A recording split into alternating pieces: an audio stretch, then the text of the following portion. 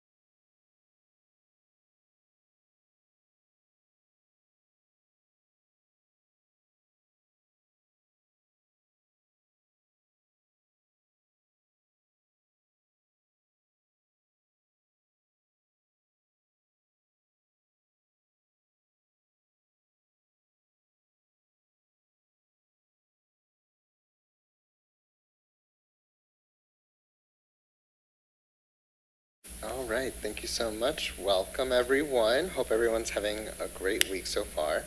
The time is now 7 o'clock, and I'm reconvening this meeting. We will begin with the presentation of colors, followed by the Pledge of Allegiance by Member James, and then a moment of silence.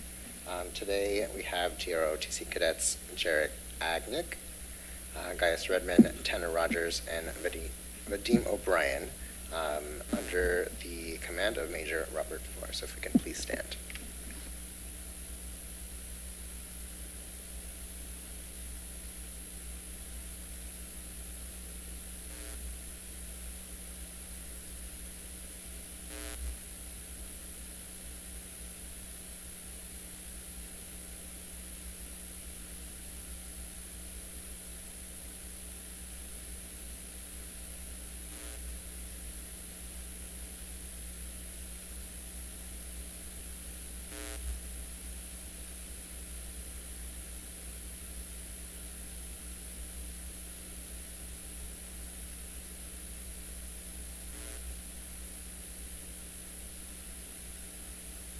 I pledge allegiance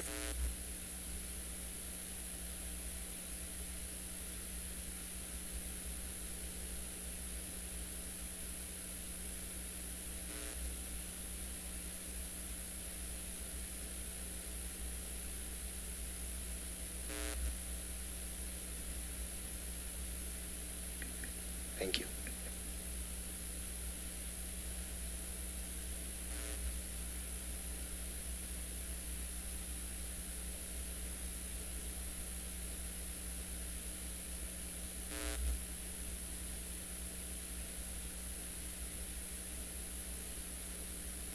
All right, we may be seated.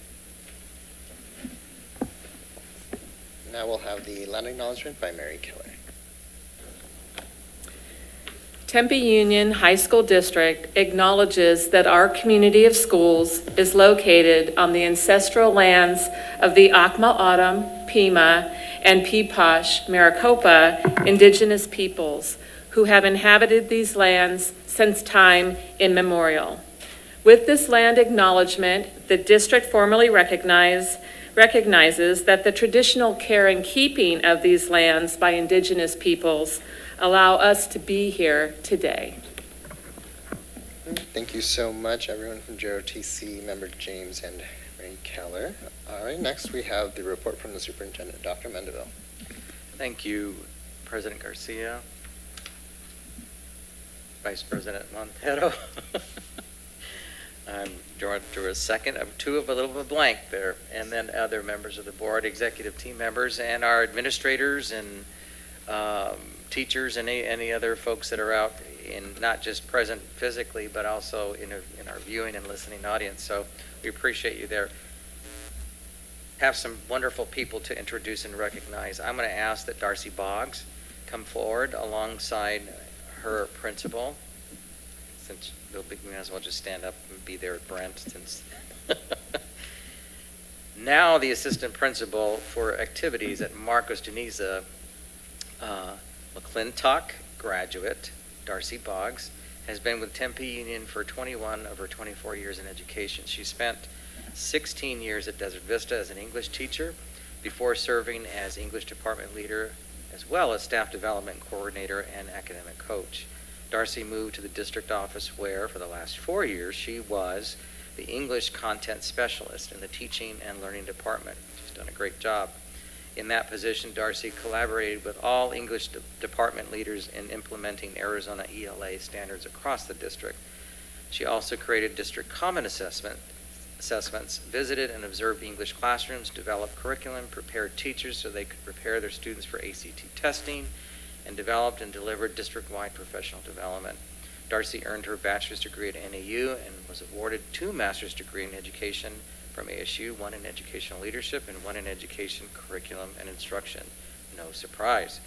Darcy is married to a City of Tempe fire captain. Is he here today? The old shift story, huh? All right. She and Jeremy have 2 sons, Gavin, a junior at Corona, and Logan, an Apprende middle schooler.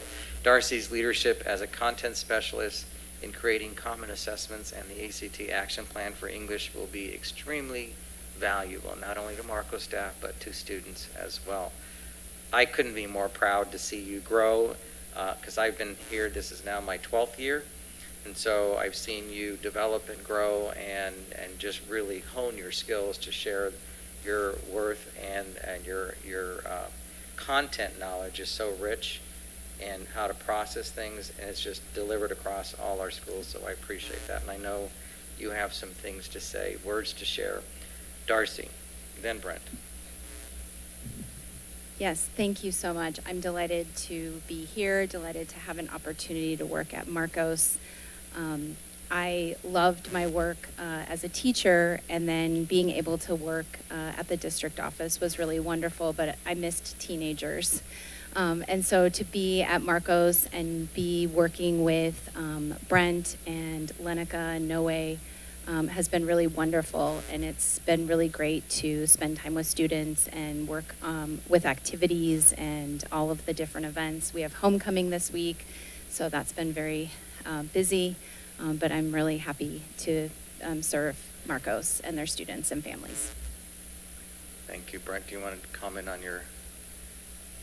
Yeah, you said quite a bit about Darcy and her skill level, and that is really the reason why we hired her over there, because she does have such a great curricular background and knowledge in the areas that I felt like we needed to focus on this year and in years to come in regarding to our academic programs. And so Darcy will give us that different lens, and it's something we need, and she's already done a fantastic job. So she's been a good hire, and I've appreciated all she's done.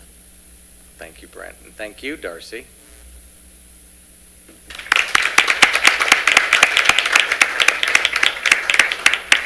Noe, please come forward.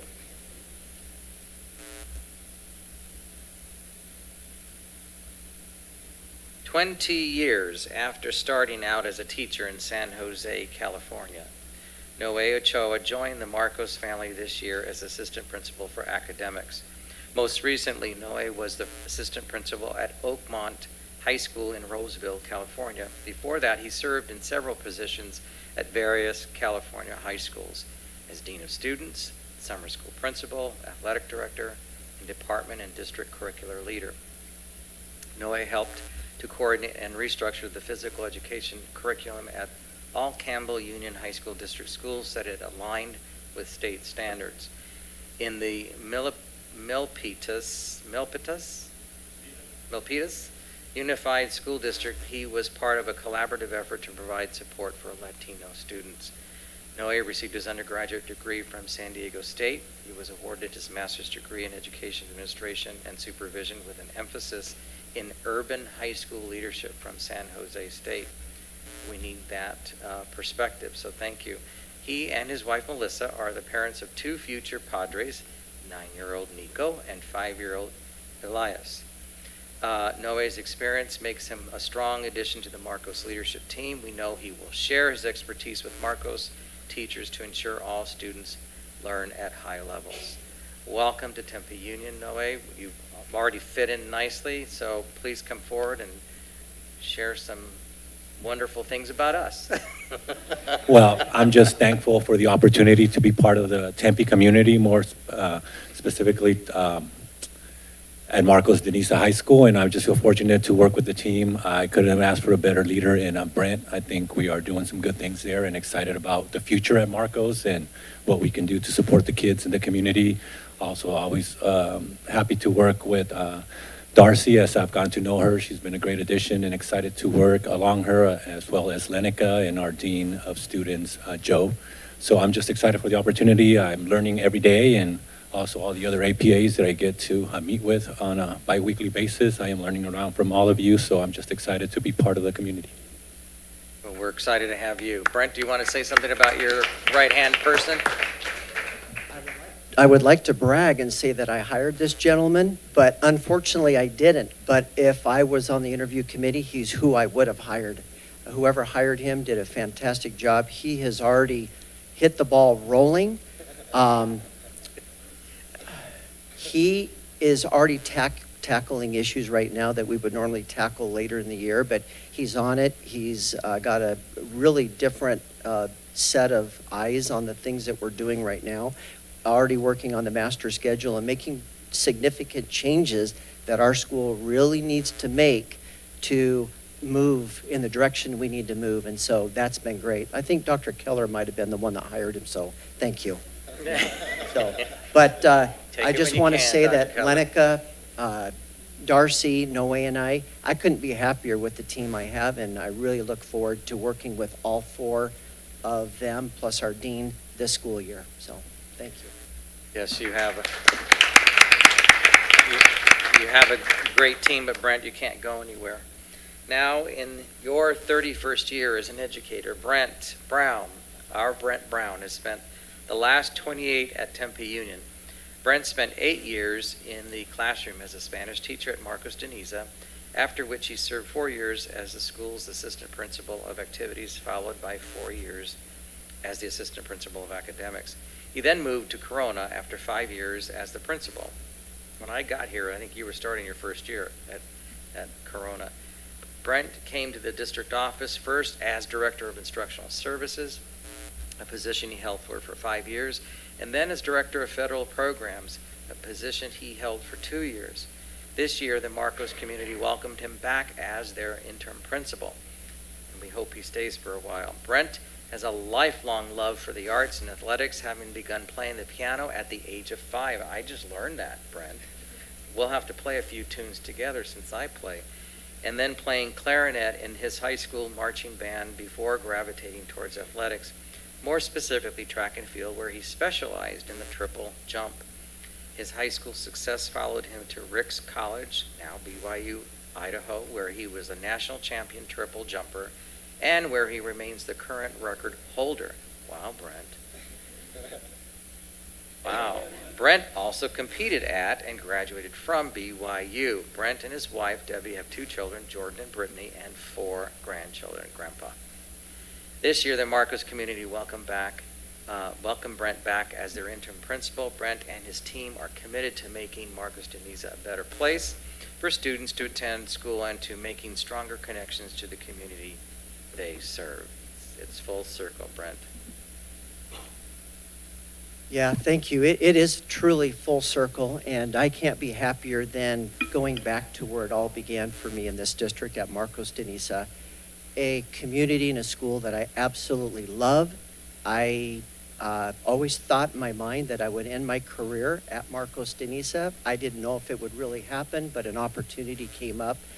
I took it, and it was a very good decision. I love that school. I love the community. It's a wonderful place to work. It's the hidden gem, I believe, in the district. And I have great aspirations at that school to do great things. And so I think I have the support that I need, and I'm looking forward to a wonderful time there. So thank you very much. Well, you are welcome. Let's give a hand for Brent and the Marcos team. Thank you all for being here. That concludes my report. All right, thank you so much, Dr. Mendenville. All right, next we have a public comment. Do we have any public comment for tonight? No? All right, we'll go straight into consent. All right, I move approval of items F1 through 17. May I have a second, please? I'll second. Thank you so much. All those in favor say aye. Aye. Any opposed? Our motion passes 4-0. Next up, we have Teaching and Learning, the Fall Horizon ACT Data Analysis. Dr. Mendenville. Thank you. The Fall Horizon ACT data analysis, I'm going to ask that, it's already there, Dr. Alexic. Thank you. And Mrs. Hilgers, you'll just chime in as appropriately since you have a live microphone over there. You know, we want to bring forward information for a variety of reasons, and based on the work that we do. Our primary emphasis is to make sure that our students are learning. We're demonstrating the fact that they can learn and that we know how to teach them well so that we can garner better and better student achievement outcomes as we move forward. We wanted to share this board presentation around an analysis of the ACT Horizon test just to demonstrate and to show where we are in light of the fact we had this disruption of learning called COVID. And we had that for a good 2 years. And so it impacted everybody, not just Tempe Union, but all school districts across the nation. And I want the board and those who are viewing and listening out there to understand that we are conscientious about that and that our efforts are in that direction to make sure that we are catching and supporting and understanding the learning gaps that we are experiencing and that we're reducing those gaps in some of the learning so that they can build bridges to their and make learning connections. And so we ask that we present this information and we'll go forward, and there'll be time for you to have questions. I'm sure you will. Dr. Lexick. Thank you. Well, good evening, President Garcia, board members, Superintendent Mendeville, executive team, and many guests. Thank you for having me here to talk about the Fall 2022 Horizon ACT data analysis. So today we're gonna go over our district ACT plan, We're going to look at the teacher data analysis presentation that we have created and that teachers have listened to this week, either on Monday or Wednesday. And then we're going to review the fall 2020 Horizon data. But just as a reminder, in August, Mrs. Hilgers and I presented to you the district goals, and we showed this slide that looked at student achievement and really our focus on these three components, ACT, CCRI, and MTSS. So today's presentation is really going to focus on the ACT component within student achievement. So in the presentation that we did in August, we shared with you the ACT district plan. And I know this is really tiny, but I think you have a copy of it. But it shows we're really now we're done with quarter one, and so now we're moving into quarter two. So at the end of quarter one, we administered the Horizon practice test to all our 9th, 10th, and 11th graders. And the goal for that administration is to really get baseline data on student performance to see where students currently are so that we could use quarter two to intervene and provide targeted support during class time so that when we administer another practice test in quarter three, we see some improvement in their performance, and then they're really ready for that test that will happen in April.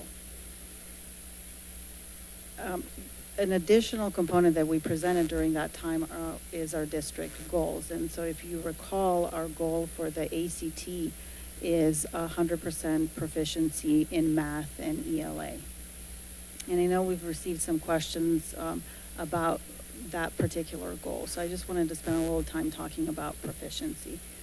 So proficiency is set by ACT, and it looks at what percentage of the test does a student have to get correct in order for them to have a high probability of getting a C or higher in post-secondary education.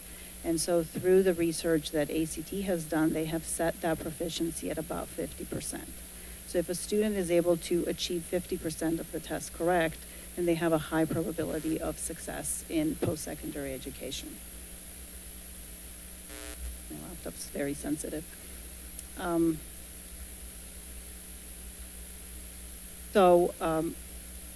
Then the state came back and looked at those proficiency cuts and determined that they're not going to use the ACT determinant cuts, but that they're going to set proficiency at a lower level. So the Ade Cut Scores is set at about 45% proficiency. And we have anchored our district goals tied to the Ade State Cut Scores. These are the cut scores that are going to be used for state accountability and for determining A through F letter grades. So our plan of 100% proficient by 2025 means that we're going to take our freshmen and within 3 years, get them to a point where they can achieve 45% correct on the assessment. And so given that we know a lot about the ACT test, given that the ACT assesses the same content year over year, they release every year's assessment, and so it's publicly available. Given that the ACT is also 50% based on test-taking strategies, we feel that we are in a good position to really set our students up for success and to get them to that 45% correct. Of course, students can exceed that percentage and get a much higher scale score, but really our target is to get them to that proficient cut.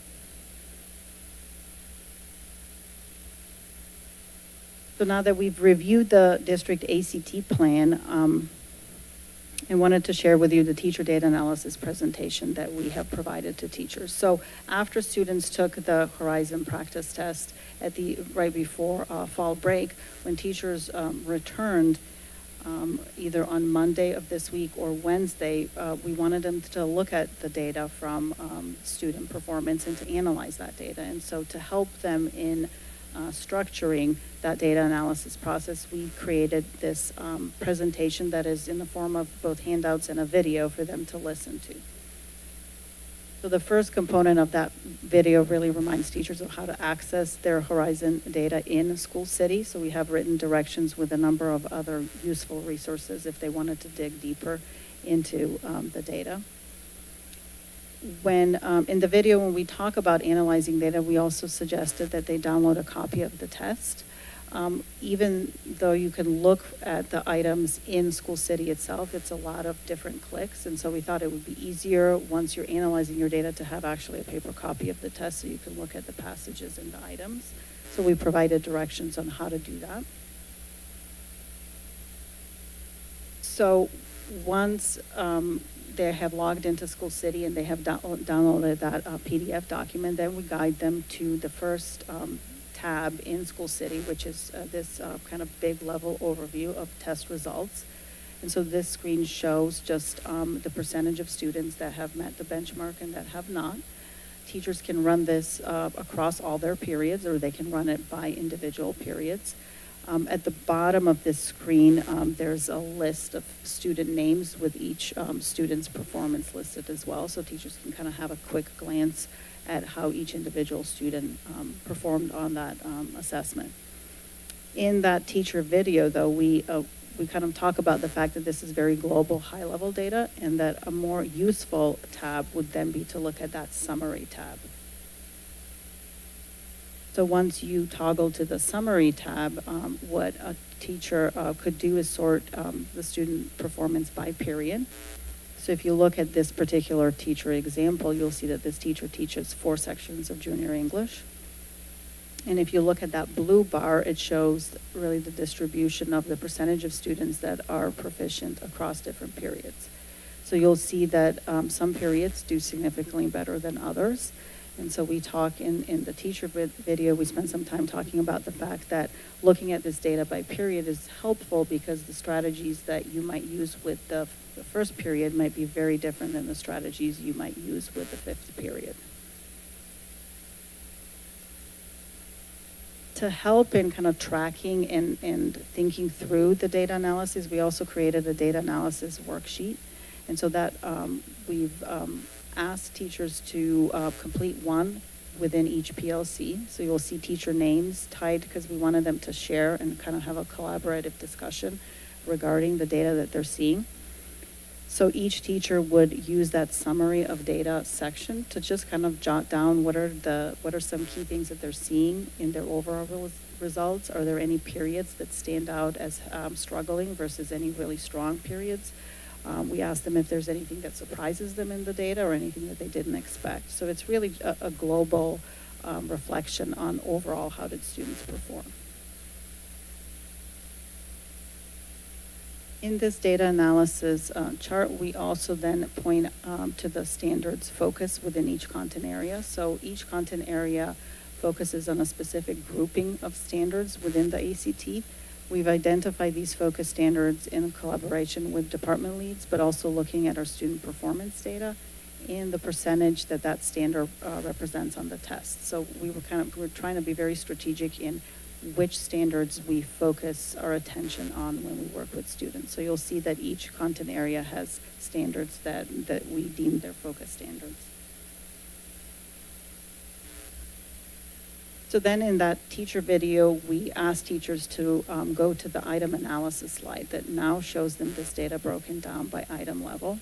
And we asked them to sort the items by standard so that they could focus on those focus standards. If you hover over these standards in School City, it gives you the verbiage tied to each standard so they don't have to memorize these codes. But if you look at this chart, you'll see that if you look at item 11, a very high percentage of students got that item right. So that's an item that really doesn't need a lot of attention. But if you look at item 73, only 12% of students chose the correct answer, and you'll see that option C, the distractor or the other option, is chosen by 47% of students. And then A and B is also chosen by a very high percentage of students. So that would be an item that a teacher would really need to look at and discuss with students to identify why is the correct answer D, and what about C makes it incorrect, and have a discussion about why did such a high percentage of students choose C, because that could potentially be a common misconception across either that class period or across all periods. So in the video, we asked teachers to really look at items where students are choosing one of the other options more frequently than the correct option, and to identify those items. and then to plot them on this data analysis worksheet. And so because they're completing one worksheet across the PLC, then they could start to look for trends. So are there any items that students are missing across all the teachers within that PLC? Because then we can work collectively on creating some materials and instructional practice to mitigate and to intervene. And then are there specific items that are very specific to a teacher or a period across that teacher's schedule?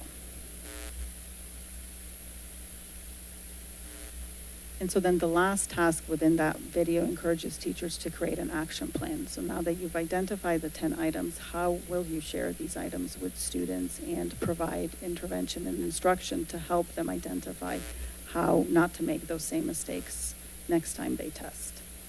So we have a spot for them to kind of think through the action plan and how they plan to expose students to this content and teach these concepts. We have a lot of resources that they could use in creation of that action plan. So we have content-specific ACT plans for each content area that has links to many different resources. The content specialist created bell ringers to go through each of these items. So there's a number of useful tools that they could use. The last actually component in the video then encourages teachers to really engage students in the data analysis process. So research has shown that if students are actively engaged in the data analysis and if they can reflect on the errors that they have made and create plans themselves of how to not make those same mistakes again, that they will show better performance next time. So we provide both video and written instructions of how students can access their data in School City to look at their performance. We also created a template of a Horizon ACT student reflection sheet, so teachers could either put this in Schoology for students to complete, or they can have paper copies of it. They could put the items that they've identified in the prior analysis and then have students go through their test and identify, did I get this right? Is this a correct item or not? And then kind of reflect on, well, why did I choose this option? And potentially, why did I not choose the correct option? We provided a sample. This is not an actual student example. We created one for teachers, and you'll see that I think students might have difficulty reflecting on why they got an item wrong, but I think the conversation with them about kind of thinking deeper about why did you choose this particular choice and how did you decide not to choose the other ones will provide a lot of useful information for teachers to then talk through some common misconceptions and maybe some test-taking strategies of how can you eliminate out of the 2 distractors that are obviously wrong, and then limit your choice to really one of the other 2 that are available.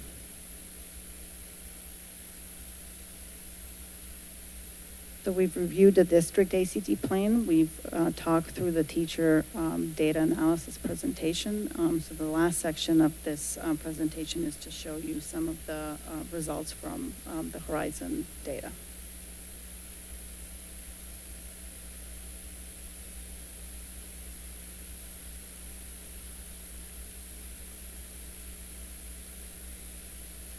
So just as a reminder, we gave the ACT practice test to 9th, 10th, and 11th graders.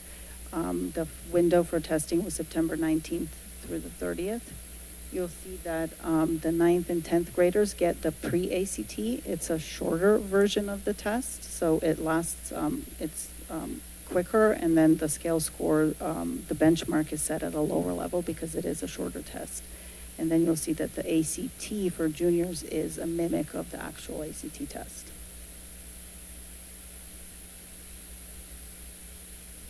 So when we look at the average scale score for our 11th graders in English, you'll see this is the average scale score across all schools and the district.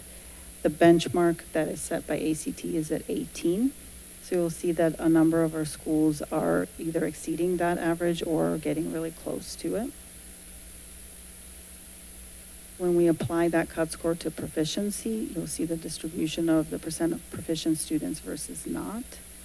One of the tools that we have recently purchased to help teachers in preparing students for the English ACT is No Red Ink, and I know Darcy had a lot to do with bringing that tool on.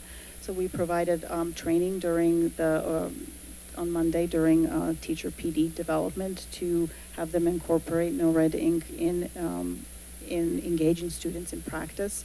That will help them on the performance on the English assessment. We've also had them online the use of No Red Ink to our scope and sequence with the goal of making this a seamless transition so that students and teachers don't feel like they're doing ACT prep and then they're preparing for standards, but that these are all interconnected. This is our 11th grade performance on the reading test. So you'll see that the benchmark is at 22 and then the average scale score across all our schools. So you'll see that we're getting really close. And I want to remind you, this is our kind of baseline data. So students are already doing really well given that, you know, we have a lot more time to prepare them. So if you look at the proficient versus not proficient distribution, you'll see that across all our schools and the district. For reading, we have purchased Newsela, which is used by both core and non-core teachers, but it provides students with practice on reading and then answering text-dependent questions. So this tool is very helpful in kind of preparing them for this reading practice, for the reading portion of the ACT. Math, so the ACT benchmark is set at 22. The state has set this benchmark lower at 19, so you'll kind of see both lines there, and then the average scale score across all our schools. So this data shows you the proficient versus not proficient using the ACT benchmark. And then this data shows you proficient versus not proficient using the lower AD benchmark. So for math, we have purchased Desmos, which is a calculator that is used on the ACT test. And so we've done a lot of training to help teachers implement and kind of utilize this in daily instruction so that when students are taking the ACT test, that they're very familiar with this tool. And then finally, science. The benchmark for science is set at 23. And you'll see the distribution of student performance across schools. And then when we apply that benchmark, this is the percentage of proficient versus not proficient across schools.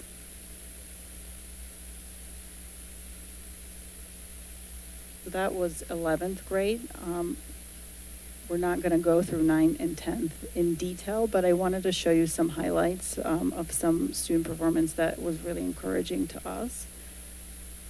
If you look at 10th grade English performance, the benchmark is now lower because this is a shorter test, and you'll see that students are at a number of our schools are hitting that benchmark or exceeding it. When we apply that cut score to proficient versus not proficient, you'll see that distribution of student performance. So these are students that have, they're in their sophomore year, so they have at least 3 to 4 more practices before they actually take the ACT test. So this was very encouraging to us.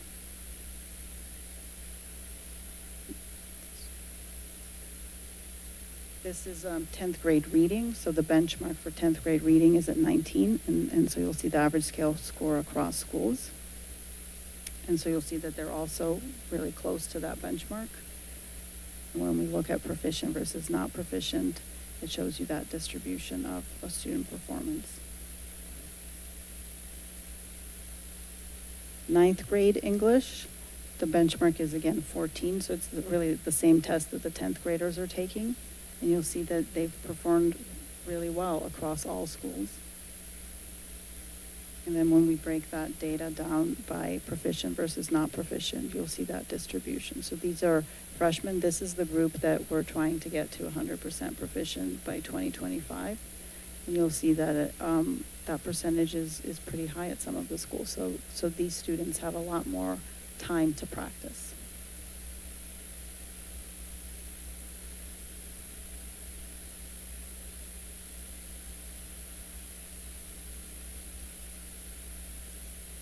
So we've looked at district ACT goals, we've looked at the teacher presentation and how to analyze data, and we've reviewed the 2020 Horizon data, 2022. I'm lost in my years here. So the goal really for quarter 2 now is then to utilize this data to really target specific skills that we want students to improve in. We want to engage them in this data, in the data analysis process, and really allocate some instructional time to ensuring that we cover the test taking strategies with them and promote the ACT and kind of help them improve their scores the next time around when they take another practice test in January. Thank you.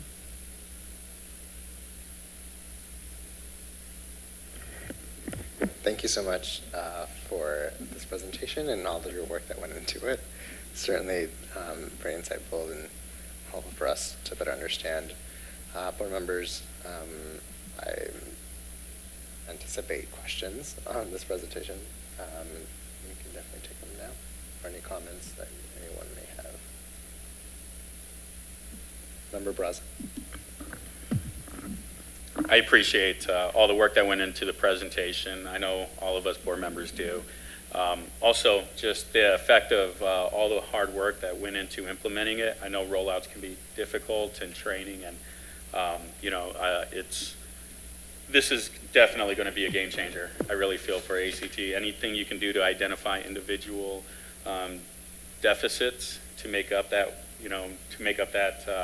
question, it's only going to produce progress, towards the ACT. So thank you so much for all the hard work. Please convey to everyone that, I personally really appreciate those aspects, and the ability for teachers to be able to identify, where students need help. I think that's the biggest problem in my mindset, is like taking the ACT as where is my, ultimate concerns. So thank you. Thank you. Sorry, I was deep in the data. Vice President Montero. Thank you. Well, first I'll just echo what Member Barraza said, and thank you, and Ms. Hilgers, thank you and your team for all the work that you've done, and for all the administrators, principals, and assistant principals here. Thank you for all that you all are doing. I did have one question, and it kind of ties to what you said there at the very end around engaging students, because I know one of the key factor in students doing well in the ACT is also having the motivation to doing well and to actually try on these types of tests, especially when it comes to a practice test, and making sure that they really have a stake in the process and have the motivation to study and to practice, and especially with now that we're having the data and knowing what they're good at, what they're not doing well at, and being able to actually practice those types of skills before the actual test. And so, what are some of the strategies that are ongoing, or maybe that you're thinking about moving forward and really engaging students in that process and giving them a stake in the process moving forward? So that was the goal of that student data analysis sheet. I know that in talking to teachers, I have often heard that I can pull up the item and go through it, but half my class is not paying attention. And so we thought of ways to engage them where they're actively involved and having conversations about why do you think this is the correct answer, and what was the designer of the test trying to do with these different distractors, and kind of making it more of a problem. Trying to think through how did they trick you to select the wrong answer, and what could you do differently in the future to kind of identify these kind of distractors that are supposed to pull you away from the test. So I think this way of engaging students will help them kind of identify maybe what they're missing, slow down. I think a lot of the comments that we've heard so far is students feel like they've rushed through the test and maybe didn't read it very detailed. And so if they see that that is the reason they've missed all those 10 items that the teacher has identified, I think that will help in future test taking. Perfect, thank you. And one last thing, if we could be with the data after this meeting, I know at the last presentation we had around student achievement, we were able to disaggregate some of this data based on our subgroups. And I know that was one of our big discussions was around, making sure that we're closing those gaps specifically for our subgroups, especially with the impact that they have had on COVID-19. So if we could be provided with some of the data that's disaggregated after the meeting, that'd be great. Thank you. Mrs. Hilgers had a comment, I think, on that item. Thank you. I also wanted to add this. Dr. Alexic and I went through different cohorts looking at, okay, our freshmen from last year, how did they do this year? And that's another element that we'll be sharing with our administrative team in the coming weeks.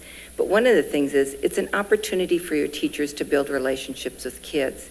So if I bring them to my desk and I talk to them about last year as a 9th grader, this is what you did on this practice assessment. We're doing these things, this is what you did. You'll see kids that are close to 50%. You'll see that. Those are motivators for kids when they don't know how they're doing in relation to the big test, but if they know, I just have this much more to grow and I'm proficient, I think those are motivational things as well. Thank you. All right, next we have Member James. Thank you so much for all of the work that you do to give us this data. And I'm glad I'm piggybacking off of Vice President Montero, because I had similar questions, because we had a pretty intense conversation, I think, about the subgroups of our students and how we can help support them. And so we're looking at this, and we're looking, we can probably see based on previous data what our subgroups might look like here. So my question is, we want so badly for all our students to succeed, right? That's why we're here. And even looking at that 100% goal, that still worries me, just because when we look at, we talk about SMART goals and is it measurable, is it attainable? And some of our data for our freshmen, even looking forward, that is pretty daunting. And because I'm looking at, I guess one of my questions is at slide 26, that proficiency level is nice for the English. It looks much more attainable than some of the other ones.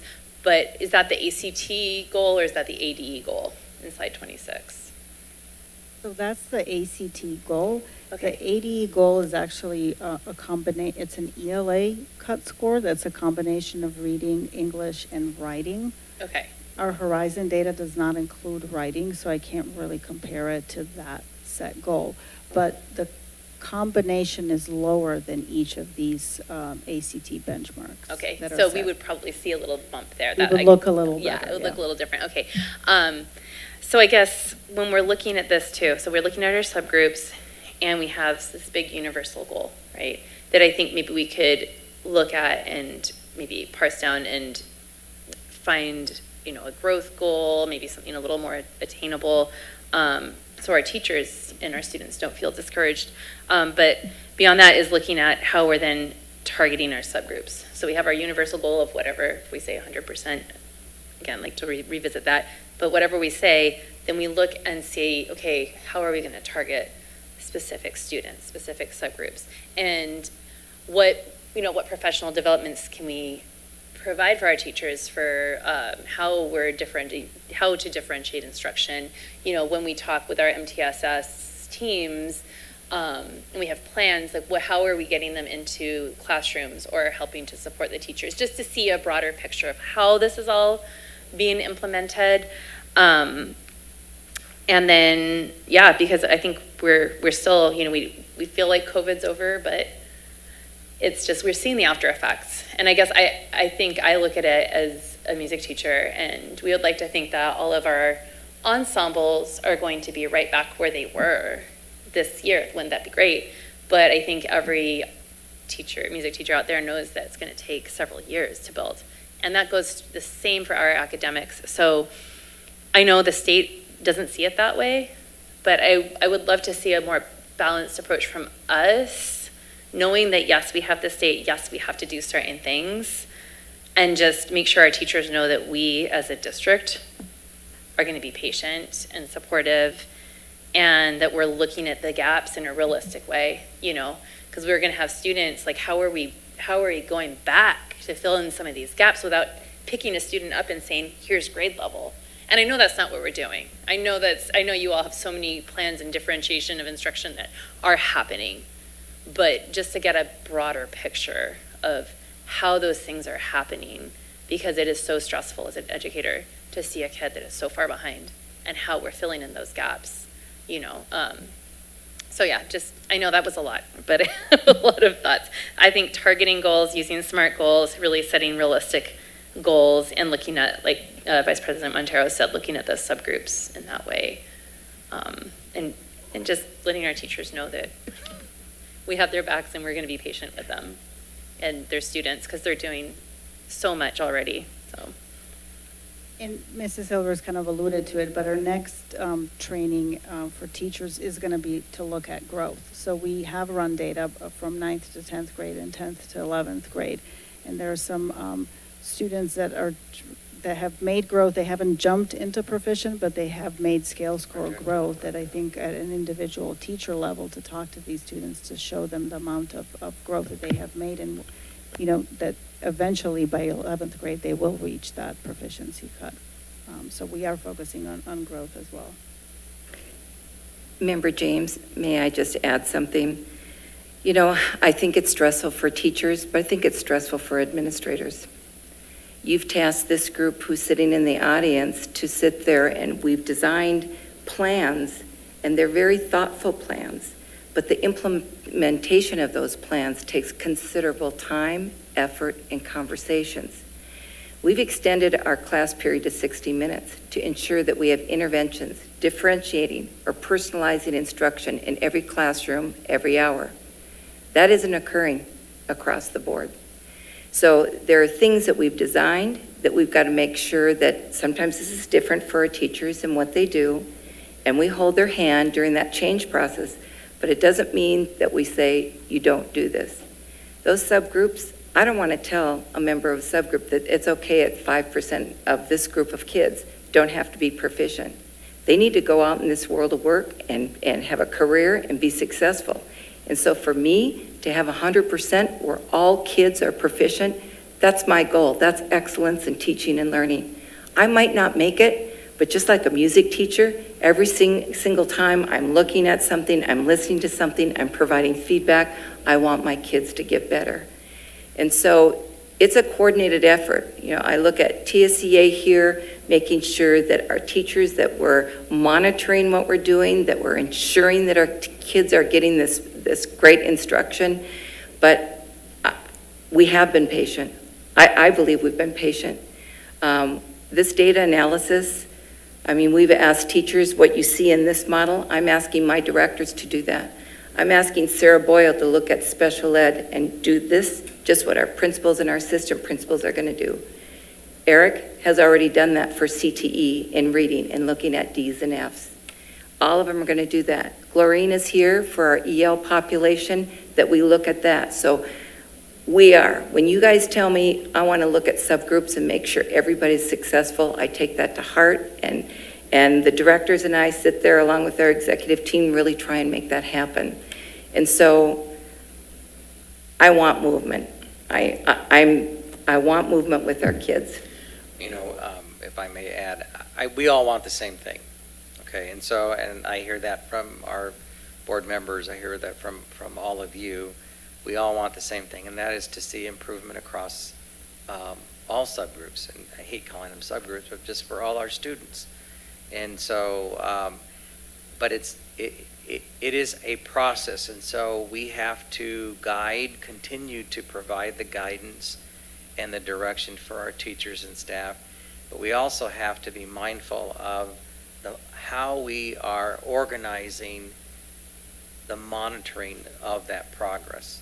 And I think in some prior discussions that's what we need to do better, all of us, in holding, not just saying we're going to do X, Y, Z, because that's what we say we're going to do, it's the best, but what are we going to do to monitor to make sure that we're writing a goal on that says, okay, here's the goal we want to achieve. You know, is it specific?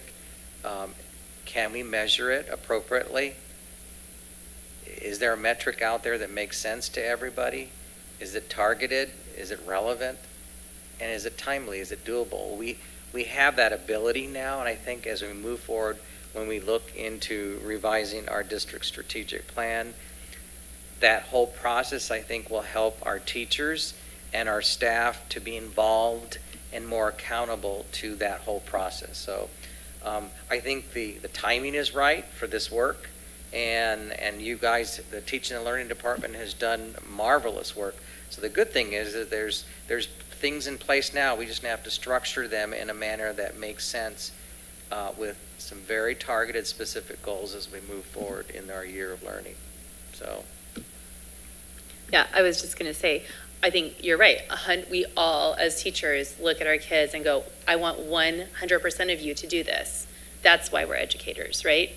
I mean, I am in that point in my teaching right now where I look at, students' bow holds and hand position, and I think, oh, are they ever going to get it? And then today, like, I had a student whose left hand had just been so crazy, and she had this most beautiful position, and I thought, yes, these are the moments, right?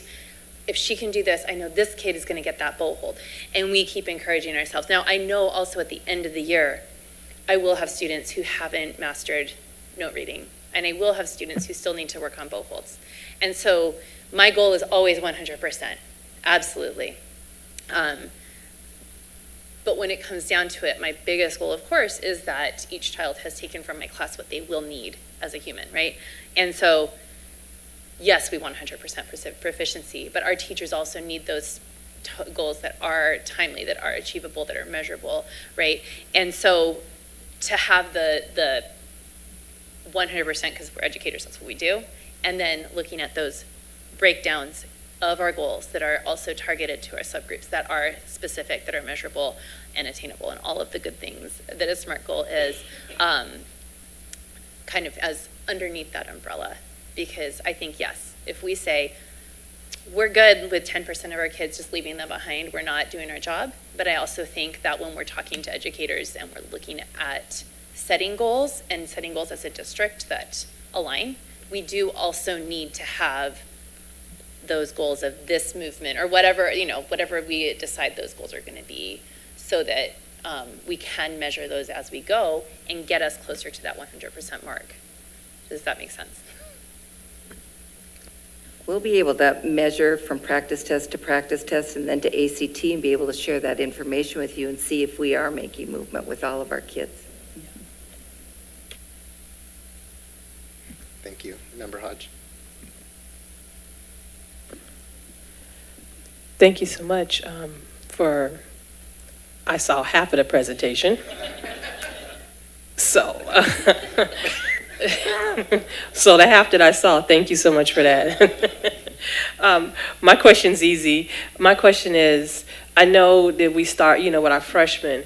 Is there anything that we can do to feed into our feeder schools to make sure that they have something in line to start them to get moving on this sooner? Because I think that, we start freshman year, but if we started maybe in middle school, I think that would even help, guide it along even more. So I was just wondering, is there something that we can get together, the three districts, and figure out a way that maybe we can start something a lot earlier to get them on the trajectory to get to this point by the time they're freshmen?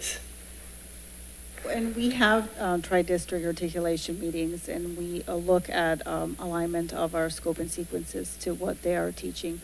In 8th grade, students are required to take another state level assessment that is very different actually than the ACT. And so I think their focus at that point is preparing them for that test. But that's absolutely something that we could work with our feeders on.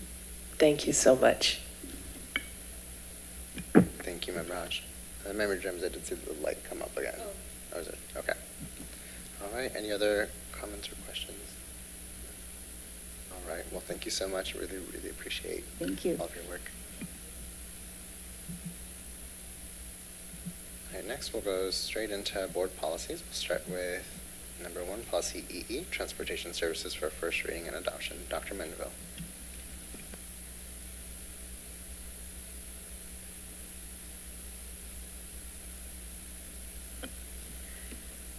President Garcia, Vice President Montero, members of the board. This particular policy is as a result of ARS Revised Statute 15925, and what it is doing is allowing school districts to contract with a pre-approved carriers or private parties to transport students in electrical school buses or other electrical vehicles. I don't know of any, but this affords us that opportunity to include that in ways in which we transport students. Thank you so much, Dr. Mendenville. Board members, any comments or questions? All right, hearing none, seeing none, then I will move to approve H1. May I have a second, please? I second. Thank you so much. All those in favor say aye. Aye. Any opposed? All right, motion passes 5-0. Next we have H2, policy AEA, bus driver requirements, training, and responsibilities for first reading and adoption. Dr. Mendenville. Thank you. And this is actually in tandem with the previous item with policy EE, that if we do contract with a carrier that has electric buses or vehicles, that they need to abide by our training and DPS, fingerprint clearance card attainment, all those things that we normally would expect for our typical drivers, that these individuals will have to comply with our policies, which are also in state statute. All right, thank you so much, Dr. Mendenville. Board members, comments or questions on this item? All right, hearing none, seeing none, I move approval of H2. May I have a second, please? I second. Thank you so much. All those in favor say aye. Aye. Any opposed? All right, motion passes 5-0. Next, we have H3, policy IMD, school ceremonies and observances for first reading and adoption. Dr. Mendenville. Thank you. Policy IMD comes forward as a result of House Bill 2707, and that requires school districts to set aside 1 or 2 minutes at the beginning of each day for silence, for observance. I want to just bring special notation. Can we scroll that up a little bit? Yeah, there you go. The highlighted area on the bottom where it indicates a teacher or administrator in any school, that information is nowhere in policy. I think this was just provided as an option from ASBA. I would recommend that we remove and not include the approval of that aspect of that piece of policy. I don't see that it matters. I don't think it has a place there. Thank you so much, Dr. Mendenville. Board members? Vice President Montero. Just because I know we had a conversation about this in board prep, and wanted to just clarify with Jordan, because I know that the first paragraph of changes is basically copy-paste from House Bill 2707. So I was confused where the other changes were coming from. And if these are coming from ASBA, we're not required to include this in the policy by statute, just the first paragraph of changes, correct? So I think this causes some confusion. One, in the wording saying they may post this isn't any mandatory. And the first paragraph is talking about, saying that we can't suggest any nature of any reflection, but then we're saying, well, here's 10 things you can reflect on. So it doesn't make sense to me. Member Vice President Montero, I agree that 2707 is silent regarding the posting of these materials. I am not entirely sure where the language is coming from ASBA. I'm trying to do a little bit of research right now, but I agree that it is not a requirement to include in the policy. Thank you. So I'm assuming we can take this to a second read without. Thank you. My understanding is that they can make the amendment in a new motion and then approve that in one reading if they all agree, correct? Yes, you could make the amendment and approve. If you're making change to policy, the general practice, though, would be to approve the first read and bring it back for a second read at the next meeting.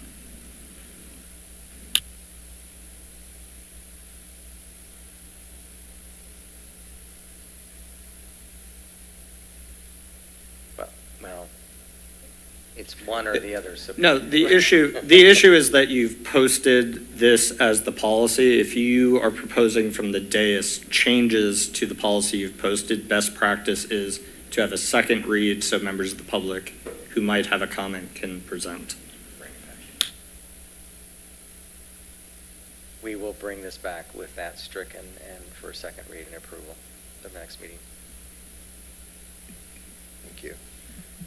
All right, now we have H4, policy JICFA, hazing for first reading and adoption. Dr. Minderville. Thank you. House Bill 2322 criminalized hazing as a Class 1 misdemeanor, and that's what this particular policy is indicating in act in violation section of the code. The law code for 13 is under that area of criminal law, and I'm not an attorney, so I don't know all that, but it's the education law is under 15, so this is a new one for us. Nonetheless, it's just identifying that hazing in any way is a criminalized Class 1 misdemeanor, and this policy reflects that change recommendation. Thank you so much, Dr. Vanderbilt. Any board members, any questions or comments? All right, hearing none, seeing none, I move approval of H4. May I have a second, please? I second. Thank you so much. All those in favor say aye. Aye. Aye. Any opposed? All right, motion passes 5-0. Next, we have policy KB, parental involvement in education for first reading and adoption. Dr. Mendenville. Thank you. House Bill 2161 amended ARS 15102 requiring school districts to create procedures enabling parents to request access to school district and employee electronic records that relate to their child. House Bill 2439 amended ARS 15102 and ARS 15189.07 requiring schools to provide parents access to the school library's collection of available books and materials, and that they may also receive a list of books and materials borrowed from the library by their children. These changes are reflected in the attached document, much of which is under the Parents' Bill of Rights, as they refer to it, and in the new laws. Those areas in the policy are pretty clear. We have systems in place to provide that information through the programs that we have. As an example, in the library, we used the program Destiny. So the district is in a really solid position to be able to honor this should we have questions arise. Thank you so much, Dr. Mendenville. Board members, comments or questions? Member Braza.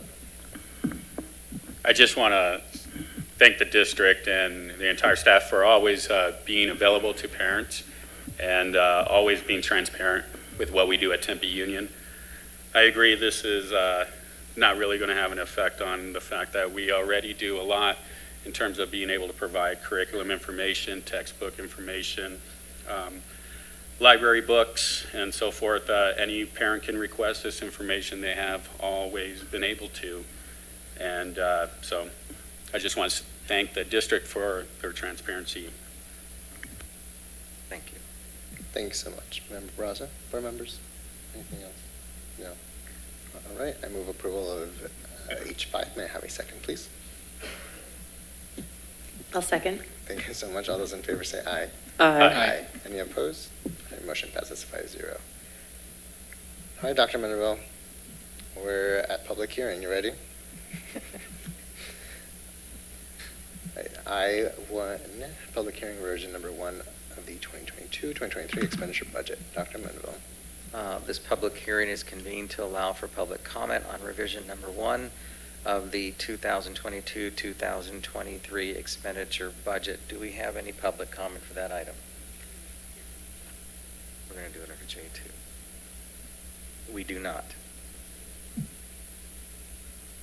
Okay.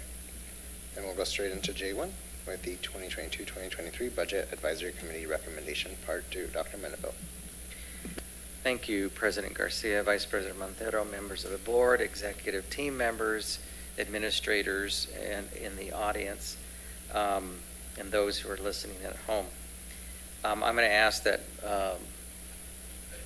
Mr. Carranza come to the podium for this presentation.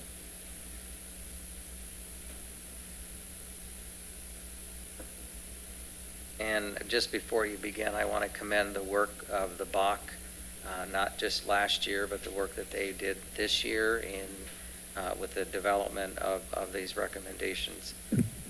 Mr. Carranza. Yes, President Garcia, Vice President Montero, members of the board, executive team, and audience here and listening elsewhere. So we have a Budget Advisory Committee recommendations part 2. This is kind of unusual. Oops, get on. Just so we hear you. Move it up a little. Is that better? Nope. There? Can you hear me Okay. now? So we have part 2 of recommendations for fiscal year 23. And so we reconvened Budget Advisory Committee. And so just to get started, the purpose of our Budget Advisory Committee is to have a transparent process where we include representation from different community members, stakeholder groups, employee associations, as well as individuals that are not represented by associations. And we typically take the majority of the school year to develop recommendations. And in this case, we had these committee members, a lot of them serving in the recommendations that came forth for fiscal year 23 in June. But at that time, the legislature had not finished their budget, and so there were some additional funds that were made available, and so we pulled back the committee members that were serving last school year.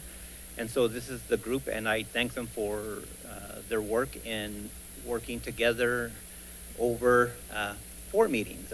Typically, we meet 7 to 8 times a year to go over more deliberately developing the recommendations that we have. So we met for 3 times, and we met again yesterday to review the finalized recommendations. So so our work again was that we received additional funding from the state. And so after the recommendations that were provided in June, and at the time in July, we adopted the budget to incorporate the legislative changes. At that time, we were looking at our ADM in our district. We had a demographer's report that had certain trend data. We were also looking at the number of student registrations in June of 22 compared to the number of student registrations from June of 21. And we made a recommendation in the adoption of the budget in July to lower the ADM that we built the proposed budget on. If you remember, we assumed that we were going to remain at the ADMs that we finished the previous school year. So that change, the net change in the adopted budget was a gain of just under 4.9 million, but we lowered the ADM by 218, which was a reduction of 1.4 million. So we deliberately said that, hey, when we reconvened the Budget Advisory Committee, we want to monitor the ADM. You know, we're coming off of COVID, and we wanted to see, you know, what ADM we were going to be able to sustain to make these recommendations that we're going to have for you tonight. So with that said, the adopted budget, we were tracking at about $4.9 million in additional budget capacity. And as our Budget Advisory Committee monitored the ADM in our district, we saw a lot of changes in our first 3 meetings. As far as the ADM, our Group A ADM, that's all students are counted in that funding category. And so that one, we saw a gain from the adopted budget of about $571,000. However, in our Group B ADM, and that part of our ADM is an add-on.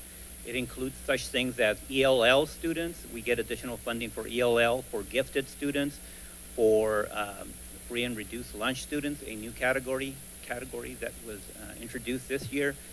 But the biggest portion in Group B is students with certain disabilities. The state recognizes that there's going to be additional costs, and so there's additional weights provided. And so in this category of funding, we saw a drop in our funding. So that one, we through the 40th day, we saw a drop of $626,000. So when you net the total ADM for our district through the first 40th day, it kind of almost washed the Group A and the Group B. So our final ADM that we developed, our recommendations in our committee, is just over $4.8 million. So we were cautious to proceed with monitoring the ADM. The fact that we lowered the ADM at the adopted budget time in July, so our projections were pretty close. Not perfect, but we were in the neighborhood. So that's the target amount that our committee was going to be developing recommendations for. So out of that $4.8 million, the lion's share of the recommendations that our committee identified had to do with additions to the various salary schedules that exist in our district. And so you see those recommendations that our committee eventually came to a consensus for supporting, and they were classified non-exempt salary schedule, a 2% increase. The teacher salary schedule, a 4% increase. There's a variety of instruction and student support schedules, a 4% increase. Professional exempt salary schedule, a 6% increase. The administrative salary schedule, a 6% increase, plus an addition of $4,000 on every cell.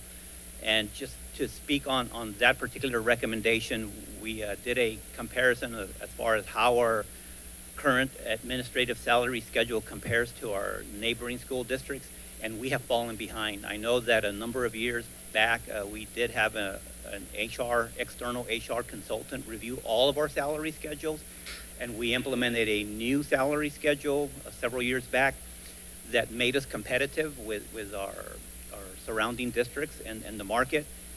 However, since that time, we haven't made any changes to that schedule, and we discovered that we have fallen behind. And so this is an effort to get us closer to what our peers in the East Valley are doing. So that was a big reason for making that recommendation. The other item is that we have coaching and extracurricular schedule that we had not provided a step for, and so we are recommending to provide a step increase for that schedule. And so those recommendations for salary schedules are just a little bit over $4 million, so the biggest portion of the recommendations. One of the things that our committee, when we discussed these recommendations, we felt that there are differences, as you see, for the different schedules, and we felt good about all of us collectively and a consensus. We wanted to support these recommendations, but we felt that we needed to provide the context of how this Part B or this second part for 23 needs to be looked at in combination with the first part of what we did in June. So you need to look at it in combination, not only for fiscal year 23, but we also have to go back in time and kind of look at it for what we've done over the last couple of years. And so as I go over these next couple of slides, I hope that some of that will come into focus, because there have been restricted funding that has been made available that I'll point out. There's been the HR consultant's recommendations for all of our schedules, and there's been the increase of our M&O override from 10% to 15% that was restricted for teacher compensation. So those three items you'll see had a big impact on what the last 7 years of recommendations have been. And so I'll start. So what I'm going to go over, I went back to 2017's recommendations, and I know it's small, but I'll read it if you're not able to read that. But I went back 7 years, and I've identified the additions to the salary schedules that were permanent, ongoing additions throughout the 7 years that I'm going to be covering, there may have been one-time additions, a one-time stipend for this, a longevity one-time stipend for that. I'm not factoring that into the equation because those were not permanent additions. So there have been other things that the district has done, but these are permanent additions to schedules. So in 2017, all of our schedules received a 2.6% increase. However, we differentiated on the teacher schedule. It says get to -1. I'll come back to that. We unblocked the teacher salary schedule previous to this year. Our teacher salary schedule was in 3-year blocks. So before you received a step increase, you had to wait 3 years before you received a change in compensation if you stepped. So with this recommendation, when a step is provided in any year after 2017, everybody qualifies for a step in that particular year. So that had a cost impact to implement that.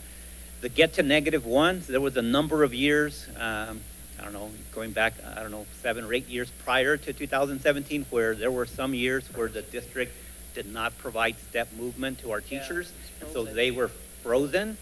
And so we took several years to catch some of those steps that were for the staff that was frozen, to catch them up. There were some years where we provided 2 steps for the groups that had been frozen for 3 years. This was the last year where those that had been frozen, that we said we're providing a step for that group. So it was a selective step for those that had been frozen previously. So that's what that means. So then the following year in 2018, our teacher schedule, they stepped, and they also received a 1% on every cell. All other salary schedules, we provided a 2% increase to those schedules. Then in 2019, for our teacher schedule, there was a $7,549 increase to every cell on the schedule. Every other schedule received a 6% increase. I think that was the first year that we had the increase in the M&O override. I think we doubled up. We did 2% on that first year, and I think we also had the governor's 20% by 2020 increase. So there was a lot of restricted funds for teachers, and so that particular year for 2019, on average, the percent increase was 14% as a comparison to the other schedules. Then we had 2020. So 3 of our schedules had a step movement: the instructional support, the classified non-exempt, and the classified exempt. The administrative salary schedule, that was the first year that we implemented the HR consultant's recommendations, and so we could only afford to do 1 schedule, and so there was a request from the governing board to address the salary schedule for administrators first. And so with the dollars that were available, we were able to implement the HR consultant's recommendations for that schedule and that year. And then for the teachers, we had 2 steps that were provided, with the first step not eligible for any new hires. So, but if you had been a continuing teacher, you received 2 steps. And so then there was $1,000 added for steps 1 through 6, $500 were added for steps 7 through 12, and then $250 for steps above 13 in that year. Then the following year, in 2021, the teachers' schedule there was a new schedule with 188 days, and the next sentence should read, with extended steps. So we added additional steps. It says days, but it should say extended steps for MA 30, MA 60, and doctorate. So we provided a couple of additional steps so that those individuals that were at the top of those columns on that schedule would have room for growth. And so then we also provided a step movement, and we added a small percentage to every cell, a 0.06871. Then for instructional support salary schedule, it was the HR consultant's new schedule with a guaranteed 3% placement at the minimum, and there were some equity adjustments that came with that recommendation. Then for classified non-exempt, we implemented the new schedule from the HR consultant with a 3% minimum placement on that new schedule, plus equity adjustments. And then there were some select positions that were 7.5 hour per day positions that were increased to 8 hours per day. And we couldn't afford as a district to implement all of the classified recommendations. So you'll see over the next couple of years, we're still continuing to do that, but that's what we could afford to do in that year for that group. Then for classified exempt, we did the new HR consultant's salary schedule with 3% guaranteed placement and equity adjustments. In 22, all of our schedules received one step, but then we continued to implement more of the recommendations for classified non-exempt. We provided a one step plus a 2% was added to the schedule, and there was continued equity adjustments that were being implemented that year. And then the recommendations that were approved in June for 23, the first part, the teacher schedule stepped, and then there was an addition, again, a permanent addition of 4,000 that used to be IPIP that was added to the schedule. For instructional support, there was a step and $2,000 added to each cell on those schedules. And then for the student services coordinators that previously participated in IPIP, just like the teachers, they had an addition of $4,000 added to the cells for their schedule. The classified non-exempt received a step movement plus a $2 per hour were added to every cell on that particular schedule. So that was part A of 23, and then the recommendations that our committee is recommending for tonight is again a 4% for teachers and instructional support, 6% for admin plus 4,000 for each cell, 2% for classified non-exempt, and a 6% for classified exempt. So when we reviewed this chart, the request from the Budget Advisory Committee was that they felt that they could support the recommendations. They wanted to be able to see the data in context, and so when we reviewed the information when we met yesterday, we still felt good about our unanimous recommendation to make these recommendations for you tonight. So so just like we're there was a consensus to make these recommendations for tonight, every other year, going back to 2017, our Budget Advisory Committee has supported the recommendations that were recommended. And as you can see, with restricted funding, with implementing the different HR recommendations for schedules, and with the limited funding that we receive as a district, we can't afford to do all the recommendations in 1 year.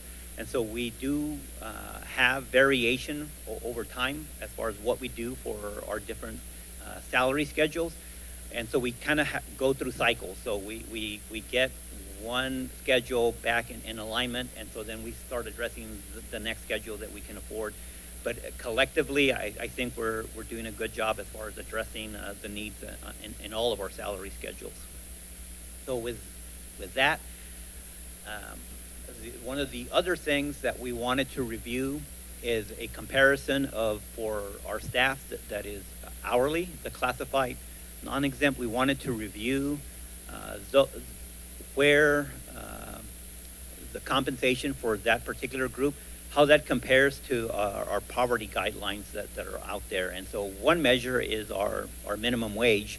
And so there's a federal and an Arizona minimum wage. And so for the current calendar year, you can see what the federal is, and it's $7.25 an hour. For Arizona, there was a voter initiative a couple of years ago, and so the Arizona minimum wage is tied now to an index, and currently it's $12.80 an hour.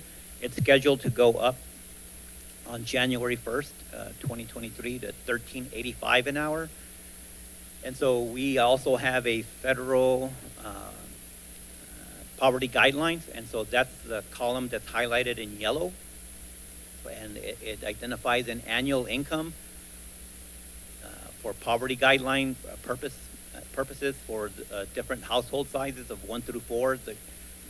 There's additional household sizes, but I just included the first 4 family sizes. And so then there are different columns that say 125% all the way to 200%. And so the different states across the country, they'll use different guidelines for like for example, in Arizona, to be eligible for Access, which is a program in the state, you might have to be at 138% of federal poverty.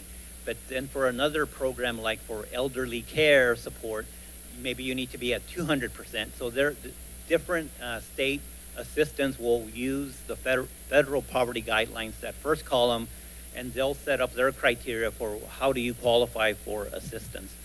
But the benchmark that is updated annually is the federal one, which is that first column. So this is just background on what those poverty guidelines are. So then one of the things, as I'm trying to figure out, how do I evaluate, how does our classified non-exempt group of employees, how do they compare to the poverty guidelines that are out there? I converted the annual income that was on the previous slide to an hourly rate. So I calculated what a standard annual work hours would be. 52 weeks times 5 days a week times 8 hours is 2,080 hours. So the chart below is the hourly rate for a 2,080 hours of work per year would be the corresponding hourly rate for the different columns on the poverty guidelines. So then what you have here, I know it's a busy chart, but this is our current classified non-exempt hourly rate schedule. And so one of the things that I'll point out is that grade 2, step 1 begins at $14.37. If you recall, next year, the Arizona minimum wage is $13.85. So we clearly, the beginning of our schedule clearly exceeds the minimum wage that's going to be in place for next year for Arizona. Obviously, it's clearly above the federal minimum wage. And then I converted the annual federal guidelines for income to hourly rates. We'll come back to that. But this is the current hourly rate schedule that exists in our district. So then what I did next is we have about 500 employees that are on the classified non-exempt salary schedule. And so this is the distribution of the number of employees that are on every cell. So we don't have anybody that is on grade 2. We have 4.5 staff members that are on grade 3, step 1, and and so forth. And so just wanted to point out that our lowest placement is at grade 3, step 1. So then what I did is I took that hourly rate schedule and I highlighted, what's the hourly rate that they're earning, and the grade 3, step 1 is $14.50. So we don't have any classified employee in our district that's earning less than $14.50. And so you can see what the other hourly rates are as far as what positions are in place in the district currently. So if we recommend the recommendation for a classified non-exempt 2% increase, that lowest cell, that $14.50, will go up to $14.79 an hour. So with that piece of information, I go to my next slide. And so going back to that hourly rate for a 2,080 hour per year, I shaded in blue every place where our current schedule exceeds what the chart that the poverty guidelines provide. And so you see that for the first column, it's completely in blue. We exceed everything up to a household of 4 for that first column. And for a household of 1, we exceed in blue all the way up to 200% of the poverty. And so if we were to implement or approve the 2%, the 133% column and row number 3, that $14.73 would be shaded in blue, so that there's some additional progress that would be made with that 2%. And so that's how I can compare where our current hourly rate compensation is for our 500 employees that are on the classified non-exempt, and when you compare it to the poverty guidelines and to the minimum wage. We do have, of the 500 employees that are in classified non-exempt, about half of them are 12-month employees. As a school district, we're not a year-round operations, and so you have the other half of our classified employees that are either 9-month employees because they work at the sites when students are there. So it's difficult to make a comparison for every single employee because the federal guidelines are for an annual income of a 12-month income.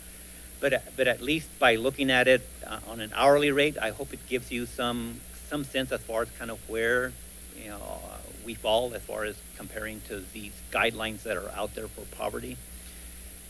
So that was that review for that group.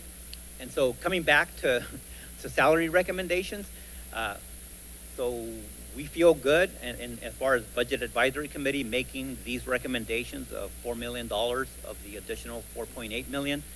So we do have 2 other recommendations or category of recommendations, but this is the bulk of the recommendations is salary schedule permanent increases. And so if these increases are approved, they would be retroactive to the beginning of the school year. So then the other category of recommendations is we do have some position recommendations. So our first one is that when we started the school year, we had 2 ISS in-school suspension monitors. Our recommendation is to upgrade those positions to an in-school intervention specialist, and those positions had only existed at Tempe High and Corona, the ISS monitors. So the upgrade of those 2 positions, plus the creation of 4 new in-school intervention specialists at the remaining 4 campuses is a recommendation that's at $242,000. And so we have already hired these positions or have posted them, and we have some carryover in our district, and we felt that we needed to start the school year with these positions in place, and so we gave the green light. This recommendation is to make these positions ongoing, and so that's why we're bringing the recommendation to you, is to make these positions permanent. And we did the same thing with the next 3 positions, the security officers. We added an additional security position at Marcos Deniza, and we established 2 district office rowing positions to provide support for where needed district-wide. And again, we funded those positions because they were needed at the beginning of the year, and our hopes are that we can build them into the ongoing budget, and so that recommendation is $112,530. And then the last position recommendation that our group had was to make the Tempe Union online coordinator position from a 12-month position. It's currently at an 11-month position. As we've been evaluating moving towards the 222 calendar next year, we do want to provide online instruction during those 2-week breaks to provide additional credit recovery, whether in person or online. And so we see a need to develop or have that position be available 12 months year round. And so that's $15,000 to make that 11 months to 12 months. And so the position recommendations is just over $369,000. And then we have another category, other recommendations. So when we started this school year, we implemented a new mentoring program for certified teachers. I think it was covered the teachers that were in the first 3 years of teaching. We paired them up with a mentor, and so we piloted that started that this year, and we want to make that a permanent addition to the budget, and so that's a $30,000 addition. We do have classified mentoring in mind, and so we hope to bring a recommendation for you for that when we develop the recommendations for 24. But just to let you know, we do see a need in the classified area as well for mentoring, but that recommendation will come at a later time. So our next recommendation in this category is to increase the supply and services allocations that are provided to each of our campuses. They currently receive $27 per student to take care of all their supply and services, operational needs at the sites. And this recommendation is kind of twofold. One is things cost more with inflation, so that's part of it. The other part is, as we move towards the 2-2 calendar, our school year is going to start in July, and we need to order things this year to have in time to be delivered and ready to start that school year. So part of this is to provide some additional funds for those items that are needed, that need to be ordered, so that we ensure that they are available and in time for when we start earlier next school year. So that's $125,000 on that recommendation. We also wanted to establish a budget for the fine arts coordinator position that was at the district office that was added this year. We want to provide an M&O supply and services budget. And so this is a start. We know that there's probably a greater need, but we wanted to provide some funds to be able to begin addressing the needs that are being identified district-wide. So that's a $60,000 recommendation. In our athletic M&O supplies and services, we're requesting a $10,000 increase per site, $60,000. Again, similar to the site M&O classroom. Things cost more, and we want to make sure that there's additional funds so that they can order some athletic materials that might be needed for the start of the school year. And then we have an innovation center that's opening up next school year, and so we want to provide an operational budget for supplies and services. So we provided staffing for them to begin to prepare, but we need to provide them with an operational budget. And so this is a start, and it's $25,000. So then our committee said, okay, we had some dollars remaining, and says, what else is there? And so we identified in the special ed area, we saw an increase in contracted tuition. If you remember in June, there was a recommendation to increase our Menta contract from like 1.3 million to like 1.8 million. We were shifting from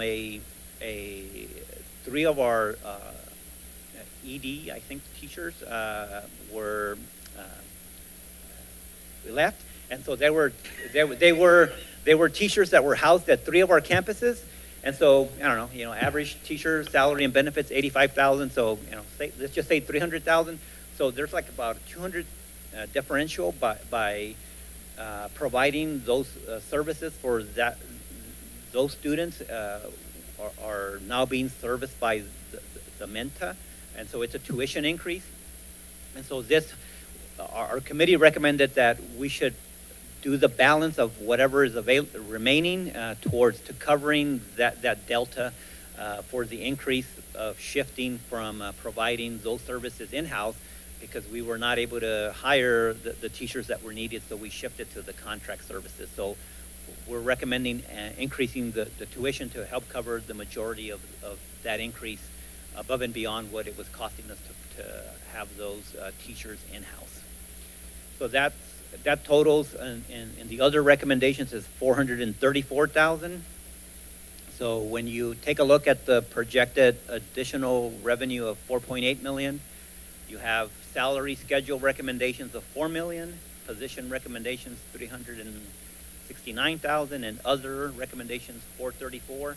And so it balances out to the penny, because that's the way we made it happen in our committee. And so we have these items to recommend to our superintendent for consideration of approval, with the additional funding that was made available to us with adjustments for ADM through the 40th day.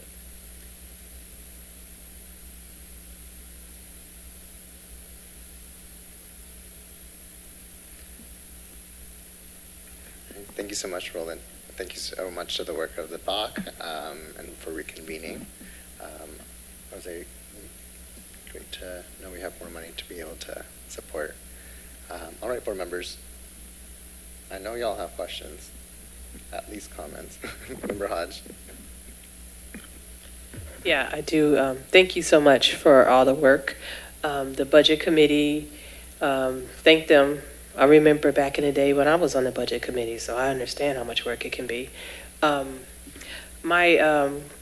It's more like I don't know if it's a question, but it's more like a concern.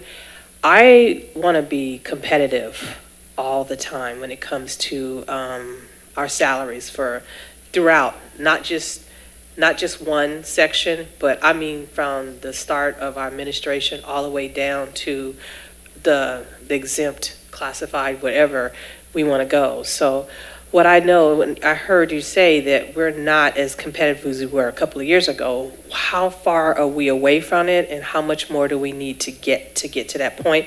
Because I want to be in the top 1, 2 all the time, because that's how we retain and keep great employees. I'm going to say employees because I'm going to put everybody in this project, in this situation. So how do we get there? And how much do we need to get there is my question too. So I'll answer it this way. So we engaged an outside professional to do that work. It is a lot of work to do that work. And so I think that once you engage an outside review, you need to be doing that review periodically, every couple of years, just to ensure that you haven't fallen behind. So that's the first thing that I'll say. I think it's time that we probably bring back the consultant to take a look at all of our salary schedules to see where are the biggest gaps and to prioritize who needs to go next and that like. So in the absence of engaging the HR consultant, we did take a look at what was happening in our administrative salary schedule. And when we compared ourselves to the East Valley districts, the majority of them had their schedules available publicly. Some of them do not have them available. But the 3 or 4 that we did find at the beginning and at the top of the administrative schedule, we had fallen at least 10,000 to 15, and in some cases 19,000 behind our competition in the East Valley. Okay, well, I love our principals, so I think we need to look at that, get that taken. That's just my opinion. Dr. Mendenville, can we get that study back again so we can get moving on that? That's a priority to me. Member Hodge, it is a challenge because where we were 4 or 5 years ago, we were really the envy of East Valley, to be honest with you. Our number 1 competitor at the time from a salary compensation was Phoenix Union. This quickly transpired, and I think all the districts, particularly in the East Valley, were competing for the same top talent, not just with our teachers, but our administrators, with our drivers, with every employee category when it comes to running a school district. And so it's something that we are going to be following more closely, because I think we were resting on our laurels that you would think 4 or 5 years ago we would still be in, because of the step here or percent, here, the additions that we made over the years made a difference just to keep things up, and we just fell further and further behind. So yes, it's something our eyes are going to be on all the time. Dr. Keller, I know you wanted to respond. I would. Thank you, President Garcia, members of the board, and Ms. Hodge. We already have talked to our consultant about coming back, and he's anxious to help us out. I mean, if you saw the 7-year highlighted in yellow, we have been doing a lot of things, and it took us a lot to keep up because we hadn't been. And so now what we need to do is see where we are relative again to everybody and make some changes. And so I just want you to know we've already started that. Thank you so much. Thank you you so much, Member Hodge. Next, we'll have Member James, but I do want to share that I need to step out. And Vice President Armando will continue the meeting from here on out. So I hope everyone has a great rest of your night. But Member James. Thank you for this presentation, and thank you to the BOC for all of the work. I'm sure the conversations were a lot, and I know it takes a lot for that many people to come to a consensus. So it's impressive that we have a unanimous vote on this.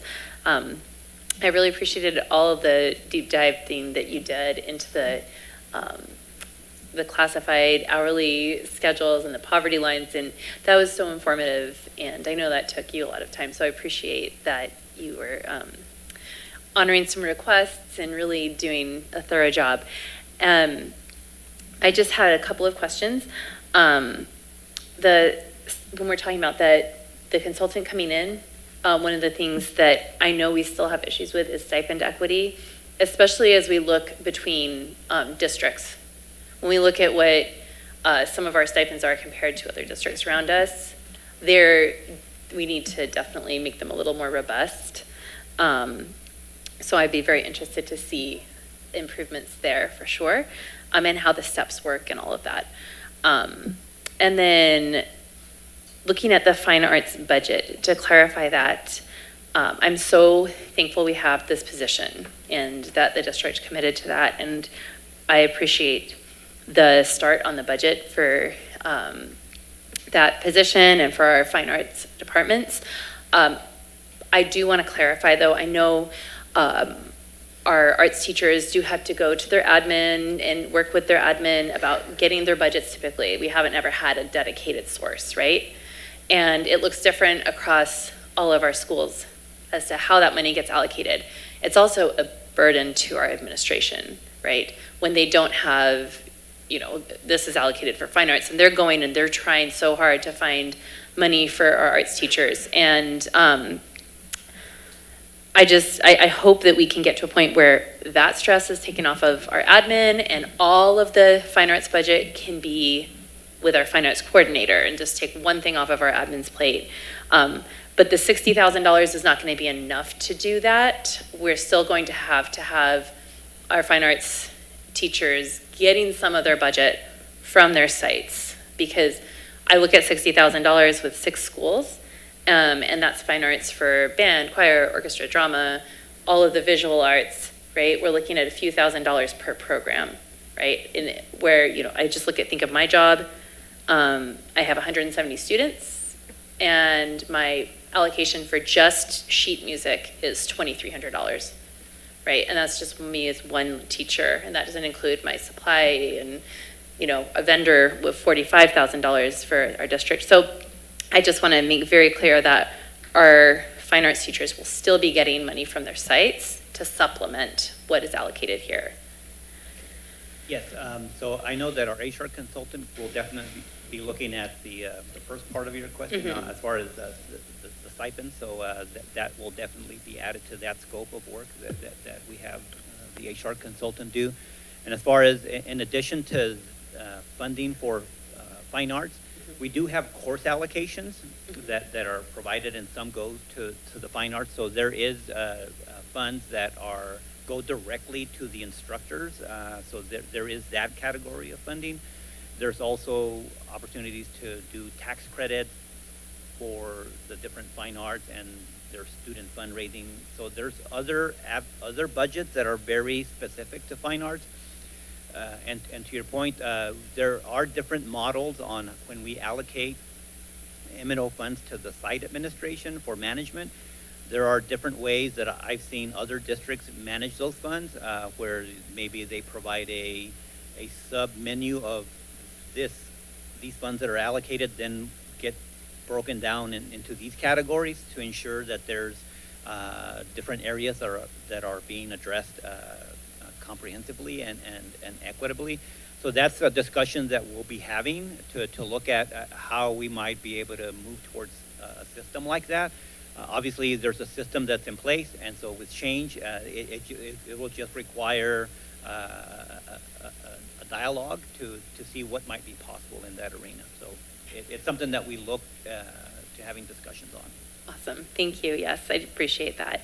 And again, if we can, if we have that model, now that we do have that fine arts coordinator, it would be nice if that was just with that one person so that our site admin can kind of have one less thing they have to scrounge around for. I would love to see that progress being made. I think this is a great first step, and I appreciate that that was included in the budget.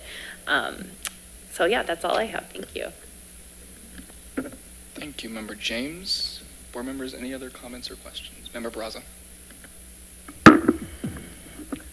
I always enjoy your presentations because they're so thorough and they give a lot of the history and that provides a lot of context, so I appreciate that. Few questions, but I think right now the more interesting one for me is the competitiveness, as Board Member Hodge had stated, and looking at our classified staff, with inflationary aspects and then, with minimum wage increasing over time. Has the Budget Advisory Committee considered those aspects in terms of would we see growth in those with inflation? Well, obviously, this is the first time I've been asked to look at the data and, Gotcha. at that level. So now that I have a mechanism to do that analysis, we will definitely be incorporating that review in any future Budget Advisory Committee get-togethers, just like we typically will look at the updated, like what does it cost to do a step and what does it cost to do a 1%, a fixed dollar amount. So we'll review how are we doing in this arena as well as just additional information as we develop our recommendations. So it's something that we're going to obviously be monitoring moving forward. But then also I think we will rely on our HR consultant that can also provide a different perspective on what they see as far as what are other districts doing, what is the market that say we need to be doing for not just the hourly, but any other schedule for as far as to remain competitive. So yes, we will be doing a variety of things differently. I appreciate that being a part of that conversation, just because, you look at the competitive, not just within school districts, but general employment all around, you see it out in the workforce. The competition to bring in new employees. And so I'm always thinking in terms of classified, are we holding on to what's a turnaround based off of those factors? And if they look at something that maybe is more, fitting to their needs. So I appreciate highly your work on slide 17, 18, and 19, just the overlapping of that schedule.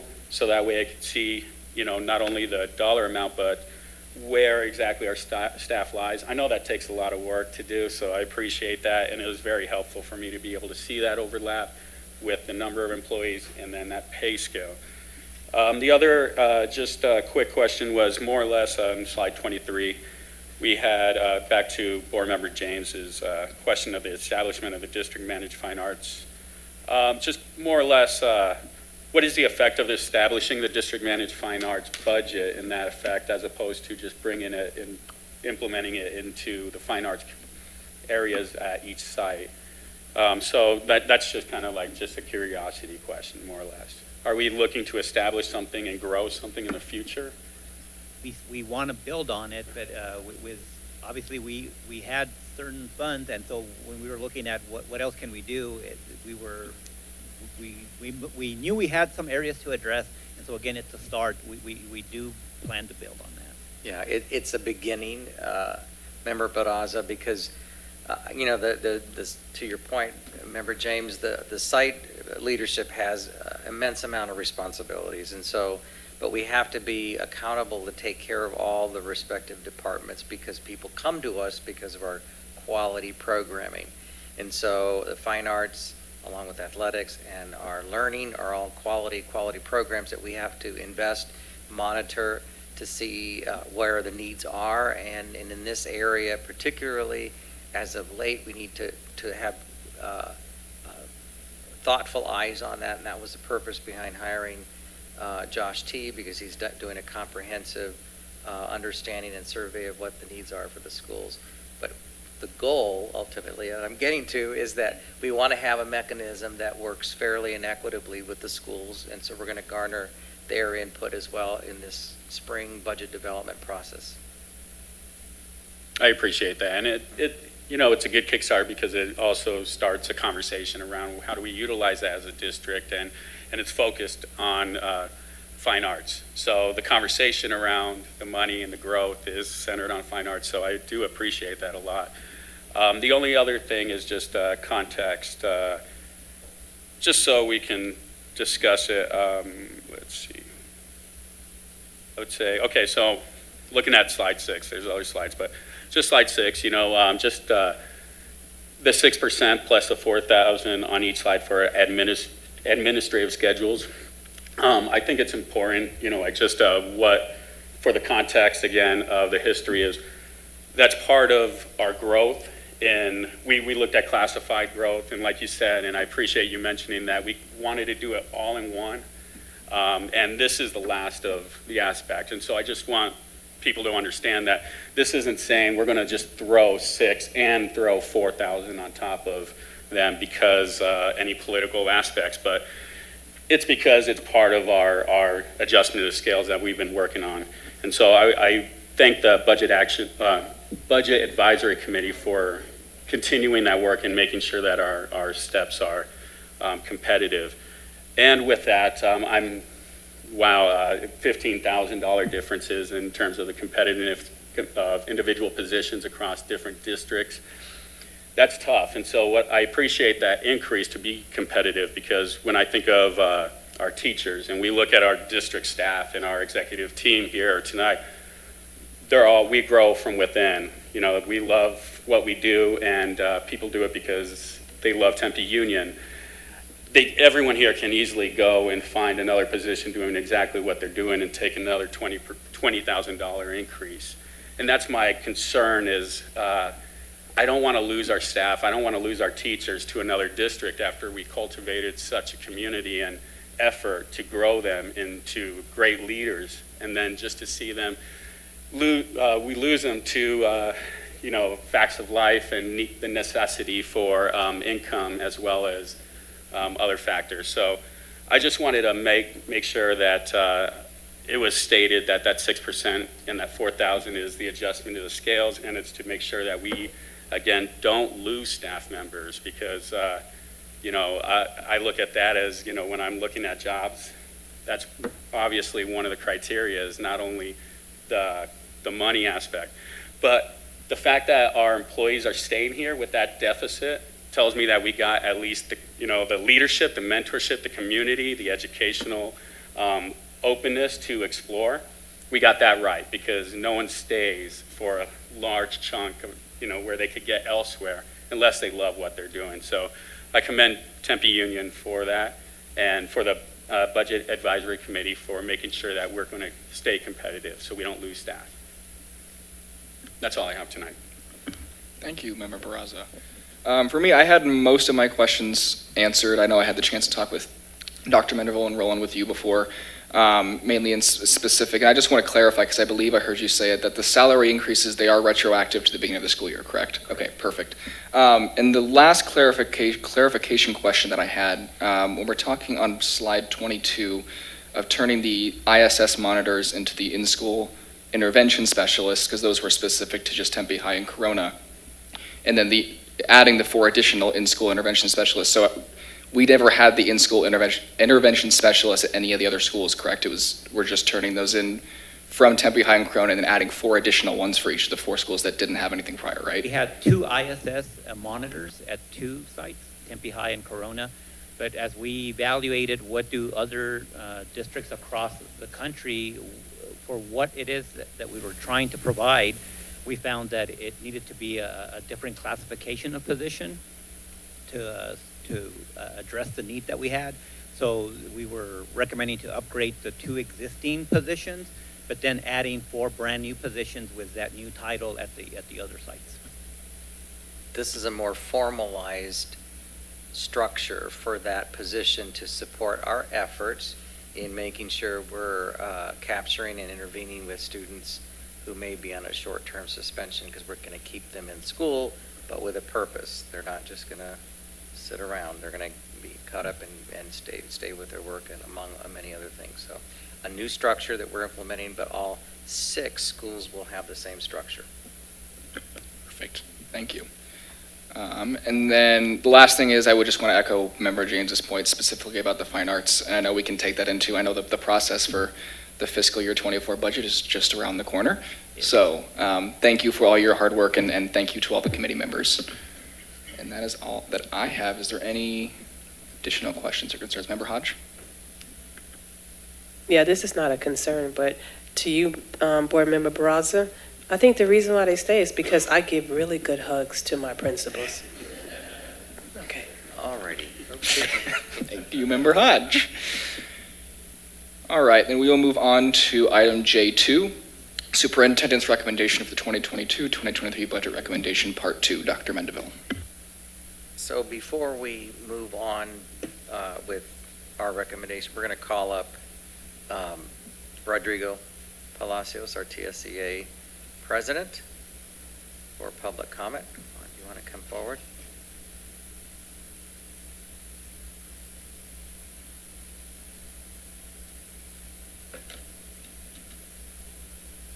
Good evening, Vice President Montero, members of the board, executive team. Glad to be here again tonight. First and foremost, I want to thank Roland for his leadership in guiding the Budget Advisory Committee. It was my first go-around, and it was one heck of a go-around. It was 4 meetings in a month, I think, or a little bit over. So I look forward to continuing to work with Roland and with district leadership on future budgets. One of the things I wanted to bring up and to make clear is that good collaborative relationship that we have in the Budget Advisory Committee. All employee groups that are present work together with district leadership to come up with the numbers that you saw tonight. And so we're happy to, I'm happy to be here and back up what Roland said about us being unanimous in supporting this budget. I also know that it's going to allow us to stay competitive in our geographic region. And importantly, and one of the conversation pieces that Dr. Keller and I have had and continue to have is in that recruitment and importantly that retention piece for our employee groups. And so again, we want to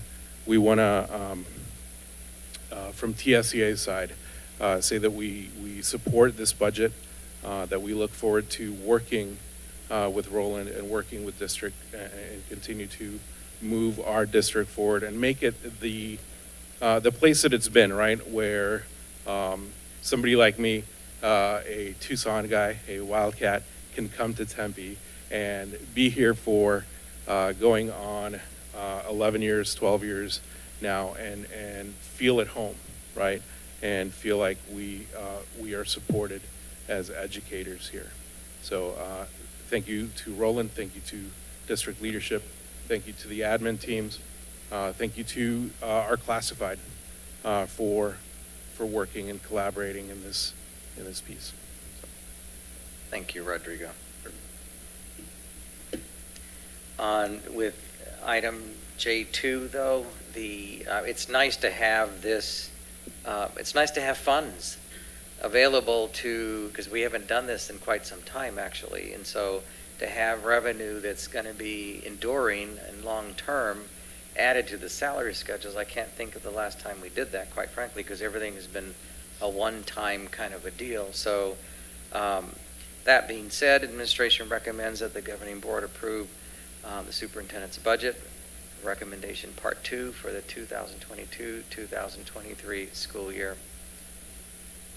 Thank you, Dr. Mendeville. So I will move approval of item J2. Do I have a second? I second. Thank you, Member Hodge. Any discussion? Hearing none. All those in favor say aye. Aye. Aye. Any opposed? Motion passes 4-0.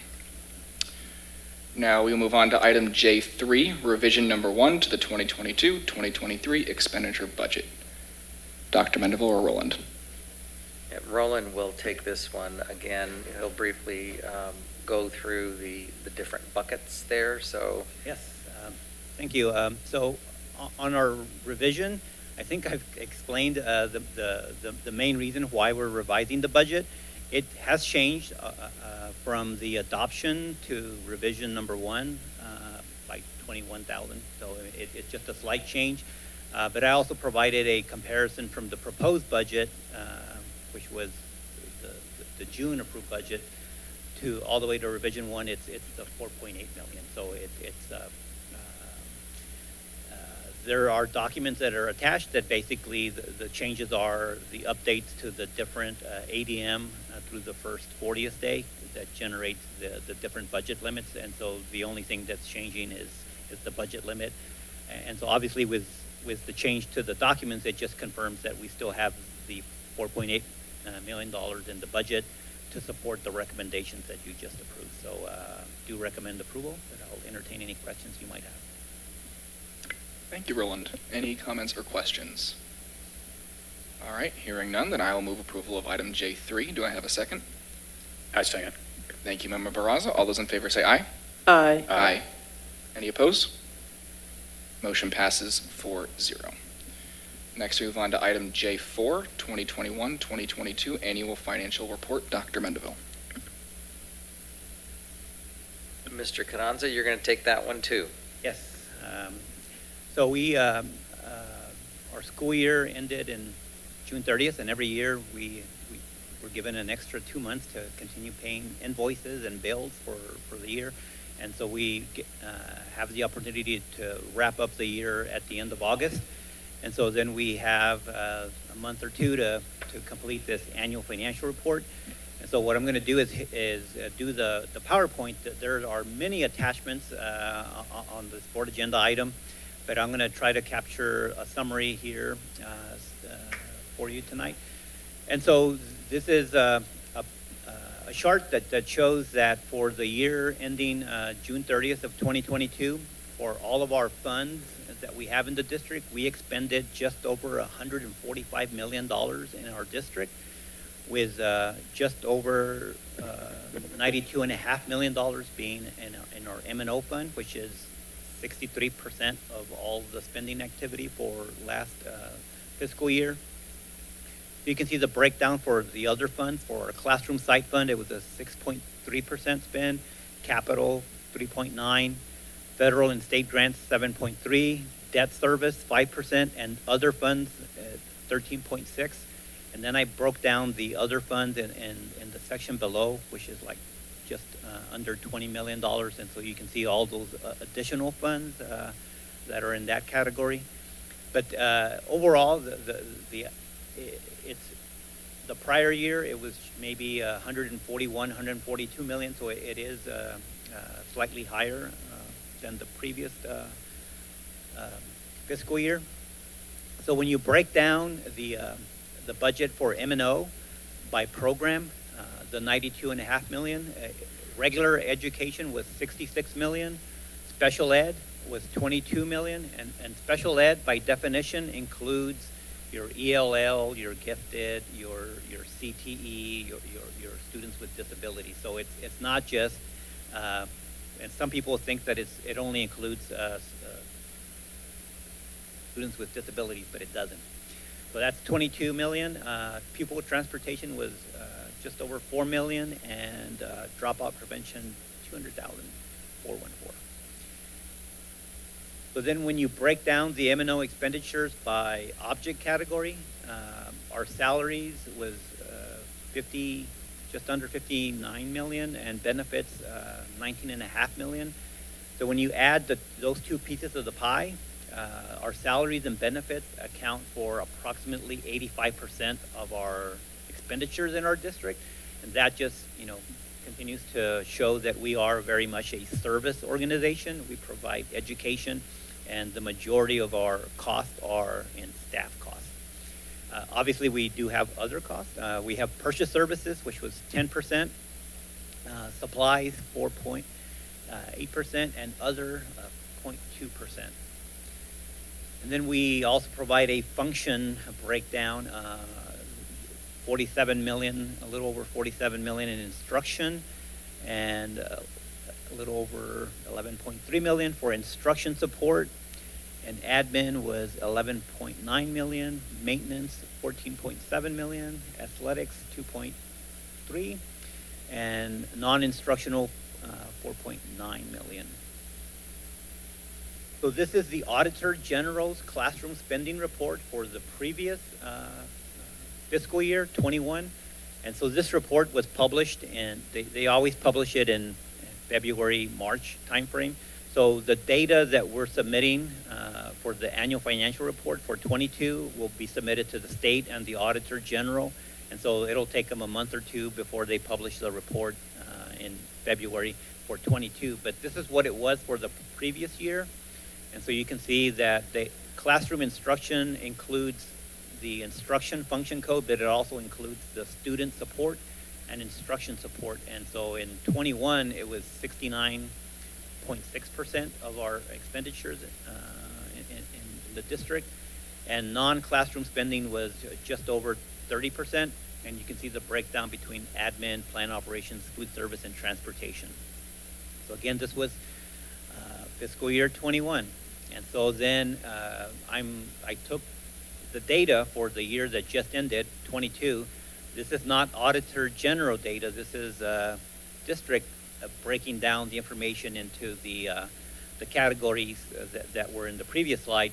So my projection is that when the Auditor General produces their report in February, March, that our classroom spending will be at 68.2%, and our non-classroom spending will be at 31.8%. And so there's a slight drop in classroom and a slight increase in non-classroom. I'm going to go back to the previous slide. Our food service and transportation, food service 1.8%, transportation 2.8%, and food service is going up to 2.9, and transportation to 3.7. So I kind of, when you look back at the data, you kind of have to go, well, what was happening in 21? Well, that was the year where we were in COVID, and we were distant learning. We were not transporting students from home to school because they were primarily at home. There were some services that were provided on school, but it was very limited. So our transportation, when you compare the cost from 21 distant learning environment to an in-person environment, the cost for transportation are going to be higher. The other variable that was happening in transportation is, guess what happened to the cost of fuel? It doubled. So we saw more miles that were provided because of home to school, fuel cost increases, and as we implement, and then labor costs were also increasing as we implemented the recommendations for classified, non-exempt over the last couple of years. There's a lot of the majority of the staff in transportation and food service are classified non-exempt. So we're seeing increased labor as well. But primarily it was the additional transportation routes, the fuel and labor that drove transportation increases. And in food service, in a COVID world, we were feeding anybody and everybody, but it was not the normal operation. So our food cost in 21 to 22 increased by 900,000 just because it was limited. We could claim reimbursement, but we just didn't have the spend that we typically have. So we went from a year where those services and those categories were it was abnormal. It was very low, and so it obviously increased the following year. But that's what I can share with you as far as our activity for last school year that is captured in all of those documents. This is the bird's eye pie charts, summary view of our expenditure activity for the year that ended June 30th, 2022.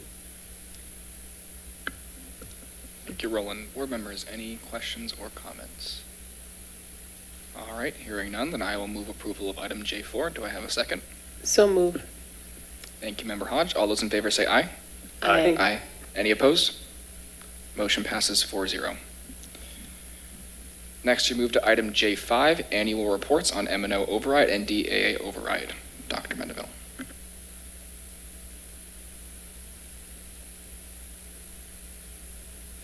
Yeah, I'll take it. So, Well, partly because I'm looking here going, okay, because some of these reports are just that, they're public reports, but I know you wanted to have comment on some of them. yes, so on this particular report, we're required to provide an update on any bonds activity, any overrides that the district might have in place. At a public meeting, we're supposed to provide an update to the board and to the community as far as where we are with our overrides and bonds.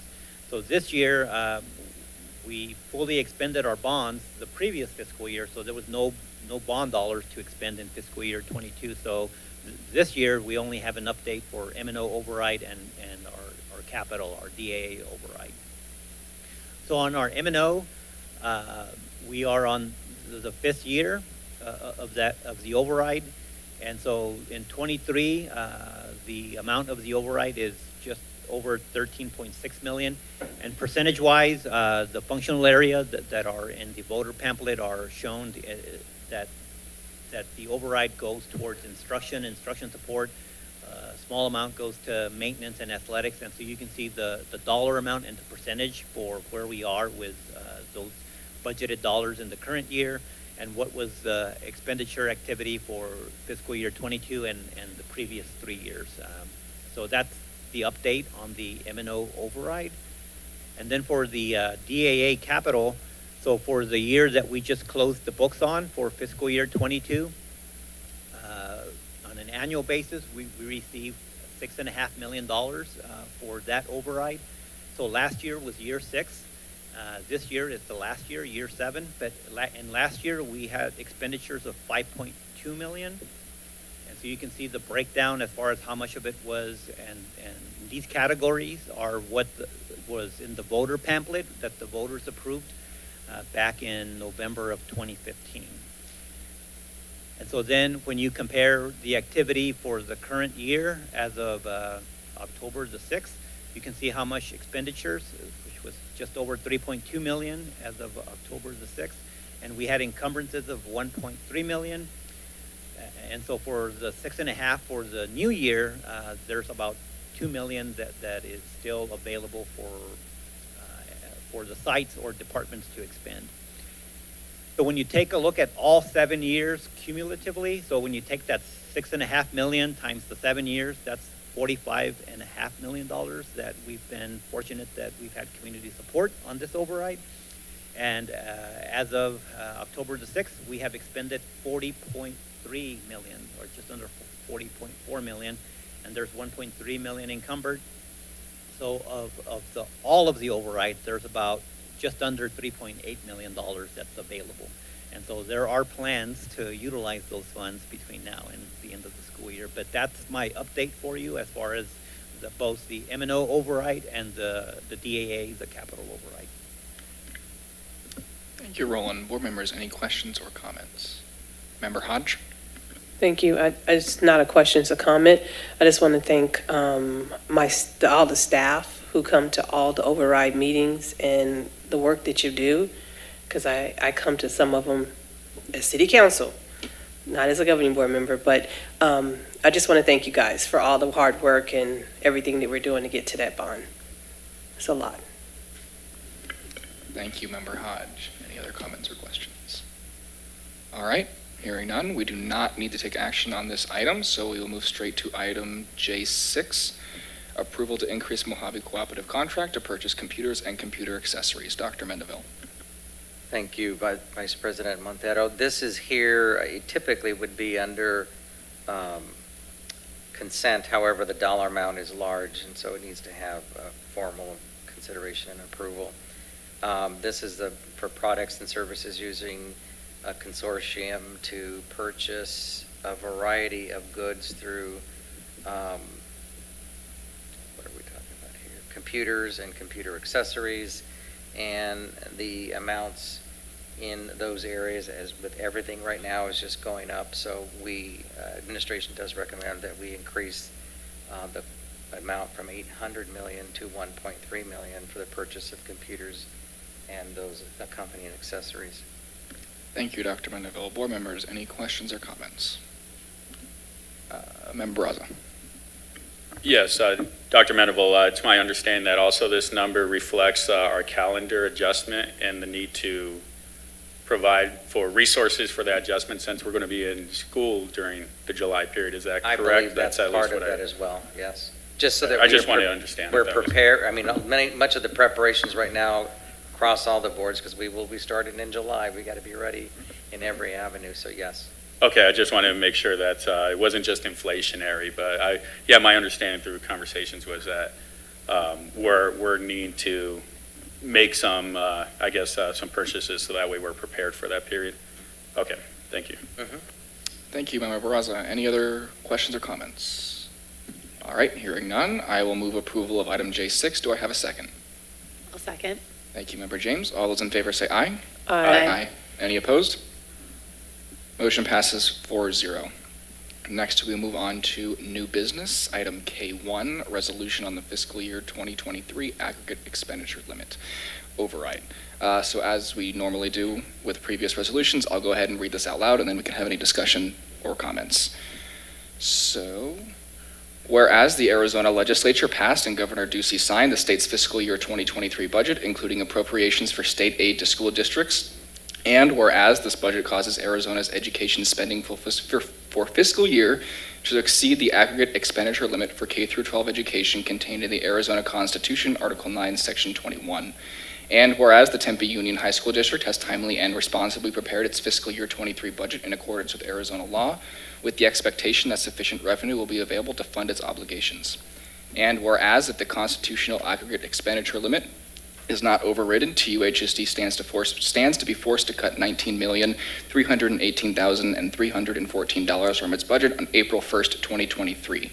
And whereas the vote to exceed the AEL is necessary to allow school districts to expend money that has already been appropriated by the legislature for the purpose of K-12 education, and whereas a cut of this magnitude will significantly harm student learning, teacher and staff retention, and community trust by causing large furloughs and other cuts prior to the end of the school year, and whereas the school district in our community is a source not only of learning but also of economic stability and development, and a cut of this magnitude will have an economic impact on all residents of our community. And whereas it is within the legislature's power under ARS 15944 to mitigate this looming fiscal crisis immediately by voting by a 2/3 majority to allow the expenditure of all appropriated funds in the fiscal year 2023. Therefore, be it resolved that the Tempe Union High School District number 213 Governing Board of Maricopa County, Arizona supports that override of the constitutional aggregate expenditure limit for fiscal year 23. Therefore, be it further resolved that the Tempe Union High School District number 213 Governing Board calls on Governor Doug Ducey to call a special legislative session and the legislature to immediately pass a resolution to override the AEL to avoid the looming financial crisis for schools in Arizona. And therefore, be it finally resolved that the superintendent is hereby directed to send a copy of this resolution to all Tempe Union High School District number 213 staff within 72 hours of adoption. Board members, any comments or questions? Member James. Yeah, I obviously support this. I think that we not only need to override it, but we need to get rid of it. It's an archaic law. So I'm thankful that we're going to do this. And the only suggestion I have is in the second to last, therefore, just make sure we say avoid instead of void. Just a little typo. Thank you, Member James. Any other comments or questions? All right, well then hearing none, I will move approval of item K1. Do I have a second? I second. Thank you, Member Hodge. All those in favor say aye. Aye. Aye. Any opposed? Motion passes 4-0.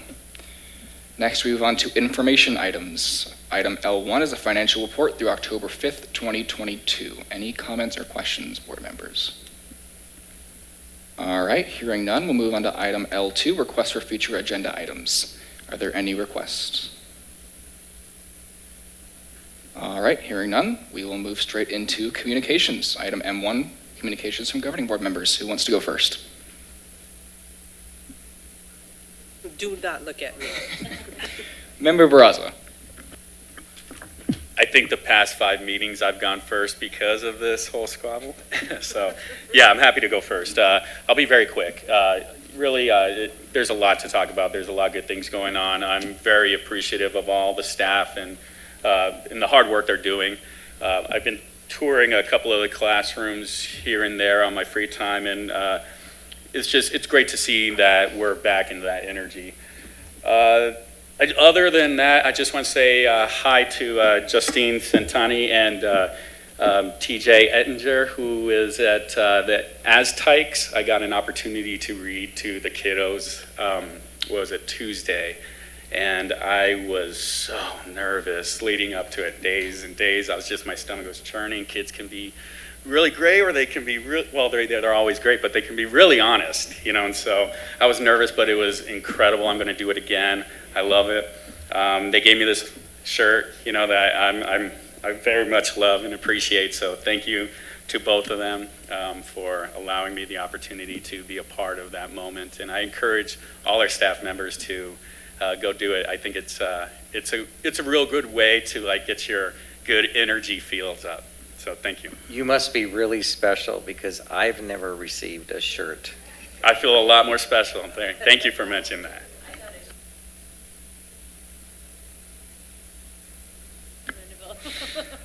Thank you, Member Barraza. Member James?